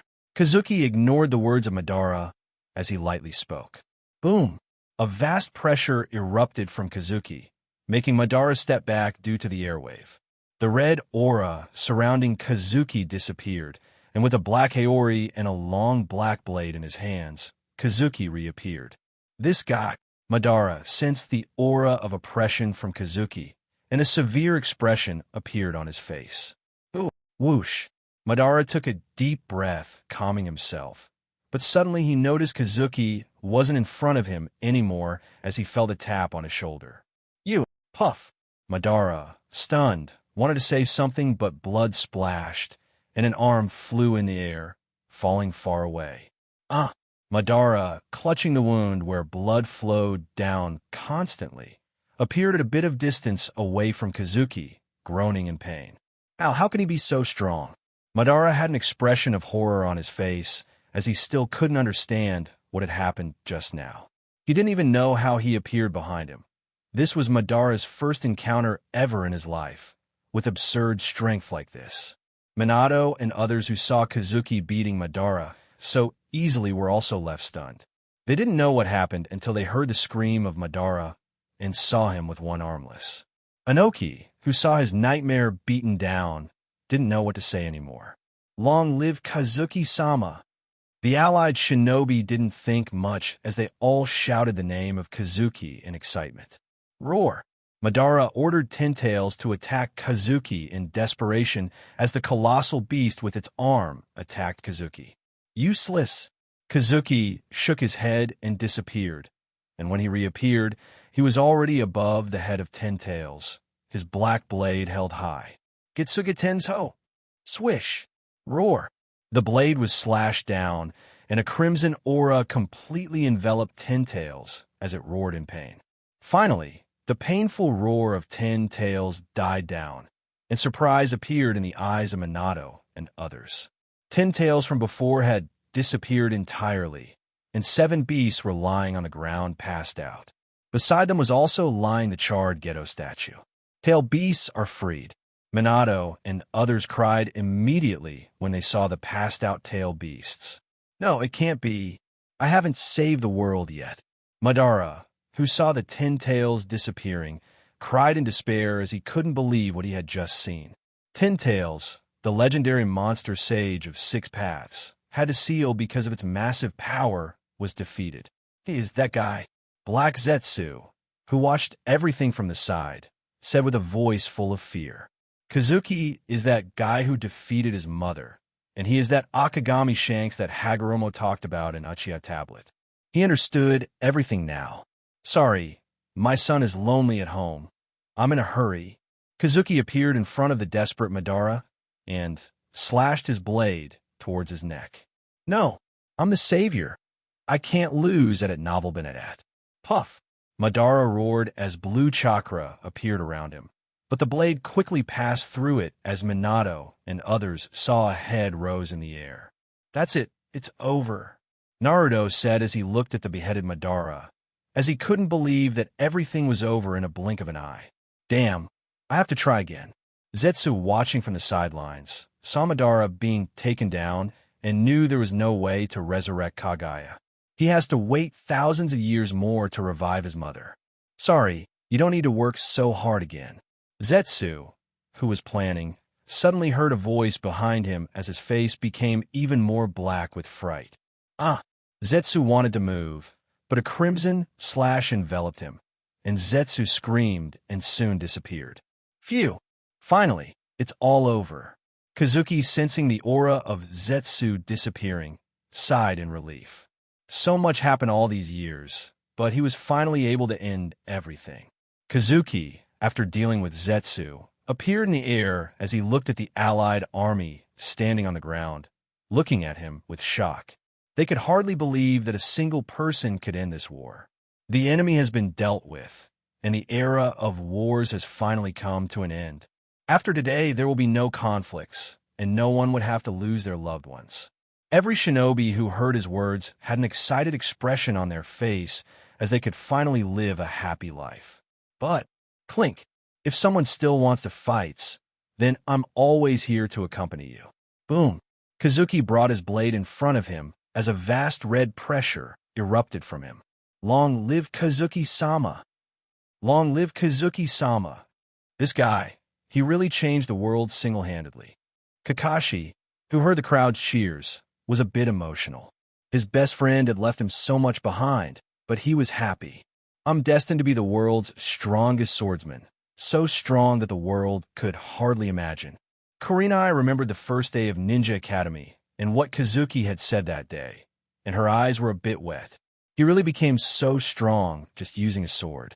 Kazuki, seeing the excited Shinobi Alliance, was happy as he descended and his friends began to approach him. As expected from you, Kazuki-kun, you always make things look too easy, Minato said to Kazuki as he was really shocked by the display of his strength.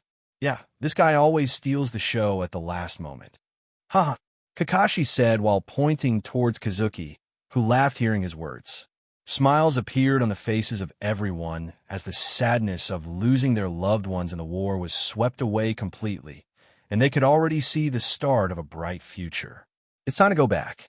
Kazuki appeared before the sentimental Kurenai and held her from her waist as he smiled while looking towards her. Yeah, let's go.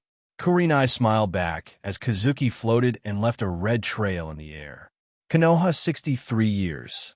Konoha Sword Demon suddenly returned during the 4th Ninja War and defeated the enemy all by himself, and was able to end the war single-handedly. Many shinobi died in the Fourth Shinobi War, but it was also the end of wars, and the ninja world entered a period of rapid development after it.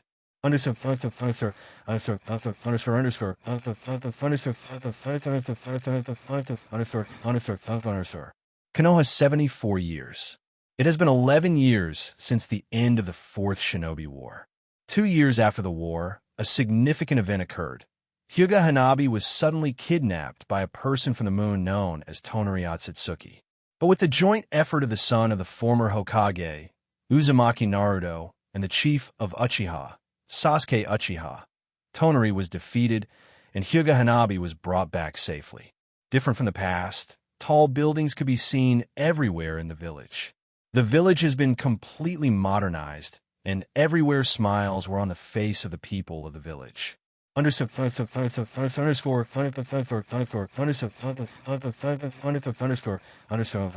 an arcade game center. There's no way I'm going to lose to you, Dad. Haha. You still have to practice hundreds of years before you can beat me. A big and small figure with red hair could be spotted as they both held shooter gun. You distracted me on purpose. Renji angrily looked towards the shameless guy who distracted him when he was about to win. Pop, how dare you talk to your father this way? Your mother has spoiled you too much. Kazuki knocked his son lightly on the head as he really didn't want to hurt him. I'm going to tell Mom. Renji squatted down, holding his head even angrier now. Hee, do you think I'm scared of her? Kazuki, with an arrogant expression on his face, bragged. So, this was the training you both were talking about. Kazuki and Renji suddenly heard a cold voice behind them and saw Kurenai with her hands on her hips looking at them with an indifferent expression on her beautiful face. Beside her was also a girl with black hair, red eyes, and a cute face. She looked around 5 or 6 years old. Mom, it was Dad who wanted to come to this place. Renji immediately stood up and went beside her and framed Kazuki, whose expression changed. No, Kurenai, listen __. Kazuki immediately tried to explain, but was stopped by Kurenai, who had a dangerous grin on her face. You aren't afraid of me. Well, you'll cook food the whole next month. Are you fine, Renji? Did your dad hurt you too much? Kurenai said to Kazuki and left with Renji and checked whether he was okay. Renji grimaced, looking back at Kazuki, who was left stunned in the arcade center. Dad, I will help you, don't worry. Seeing the stunned Kazuki, Rukia came near him and held his hand, encouraging him. Sure enough, daughters are better. Hee. Kazuki squatted down and rubbed his cheeks with his daughters, who laughed happily.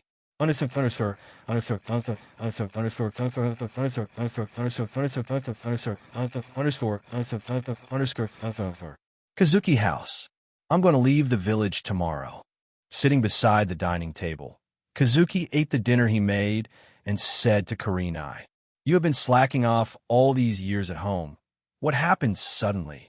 Kurenai became curious, as Kazuki all these years would hardly leave the house. He became this lazy since the day those games were introduced. There's something I need to check. Worry not, you know no one can harm me.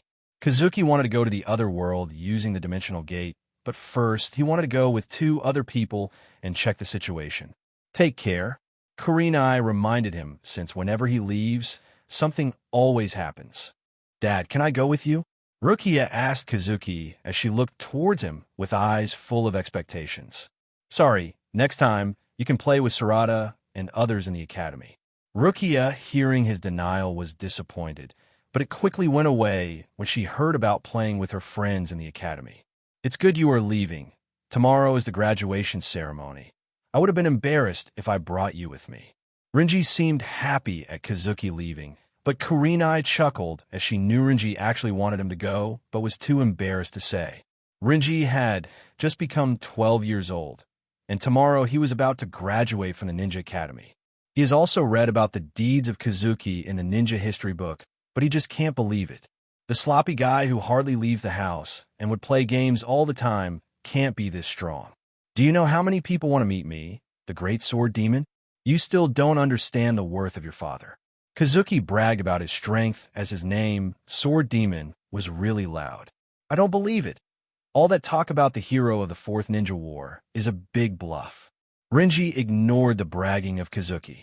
Kazuki didn't clear the misunderstanding of Renji, as there was no need for him to know about his true strength or his sinful past. After the dinner, Kazuki and Karinai went back to their room and tried to keep their voice as low as possible since they weren't alone anymore. Underscore, underscore, underscore, underscore, underscore, underscore, underscore, underscore, underscore, underscore, underscore. Hokage office. On the Hokage seat sat a totally different face from 11 years ago as he processed the documents in front of him. Creak. The room's door was pushed open, and Kazuki entered the room. Izumi must be regretting marrying you. Itachi, you should stay more with your family. Kazuki shook his head as he looked towards Itachi, the fifth Hokage. After the war, Minato retired since he wanted to stay more with his family.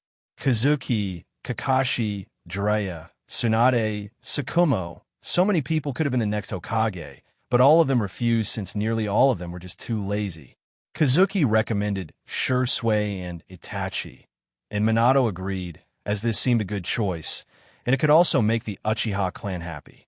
Shursui didn't want to be the Hokage, so Itachi had to take this responsibility. Sasuke became the new patriarch of the Uchiha clan. At it novel Benedette. You know, Sensei, the work just keeps piling up. Itachi was also a bit tired, and now could understand why Kazuki and others didn't want to be Hokage. It's even more challenging than doing S-rank missions. Itachi had married Izumi right after the war, and he has a 9-year-old son now, fairly talented, just like his father and uncle. Creak. Sensei, I'm ready. Let's go. Sai, I don't even know why I tagged along with you. At this moment, another person entered the room as he wore a backpack and looked ready for a long journey. The other had spiky white hair and wore a mask covering his face till the nose. Well, we're leaving, Itachi. Beware the Akatsuki clan, and don't stop the search for Kara. You can rest assured, Sensei. Itachi assured Kazuki as their ninja are all trying to find any clue about the organization named Kara. After the war, Kazuki told everyone about the Akatsuki clan and that those guys who attacked the village were from the Akatsuki clan. He also told them to look for the organization named Kara and, if possible, nip it in the bud before it grows. He will go to other worlds, and he can't take the whole Konoha village along with him after all. Kazuki and the excited Shursui and helpless Kakashi arrived outside the village. Underscore.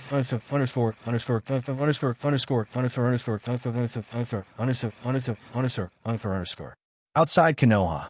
It's time. Kazuki waved his hand, and a gray gate suspended in the air appeared before him.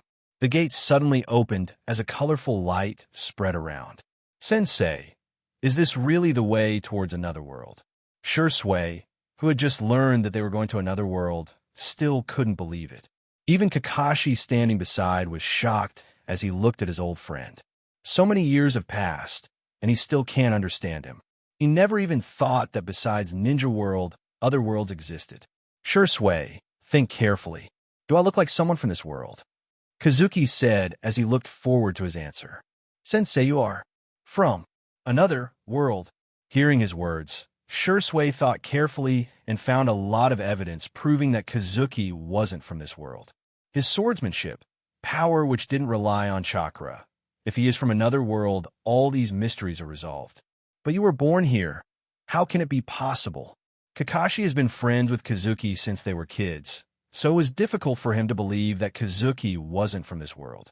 Don't be so shocked, Kakashi. There are a lot of things you can't understand easily, though. One day you might be able to. Let's go now. Kazuki stepped inside the gate, and the shocked Shursui and confused Kakashi followed him as the gate disappeared along with Kazuki, Kakashi, and Shursui. Hello, everyone. As we wrap up this video, I want to share a quick note. I have a Patreon account. If you'd like to support me and enjoy on-demand audiobooks, you can become a Patreon member.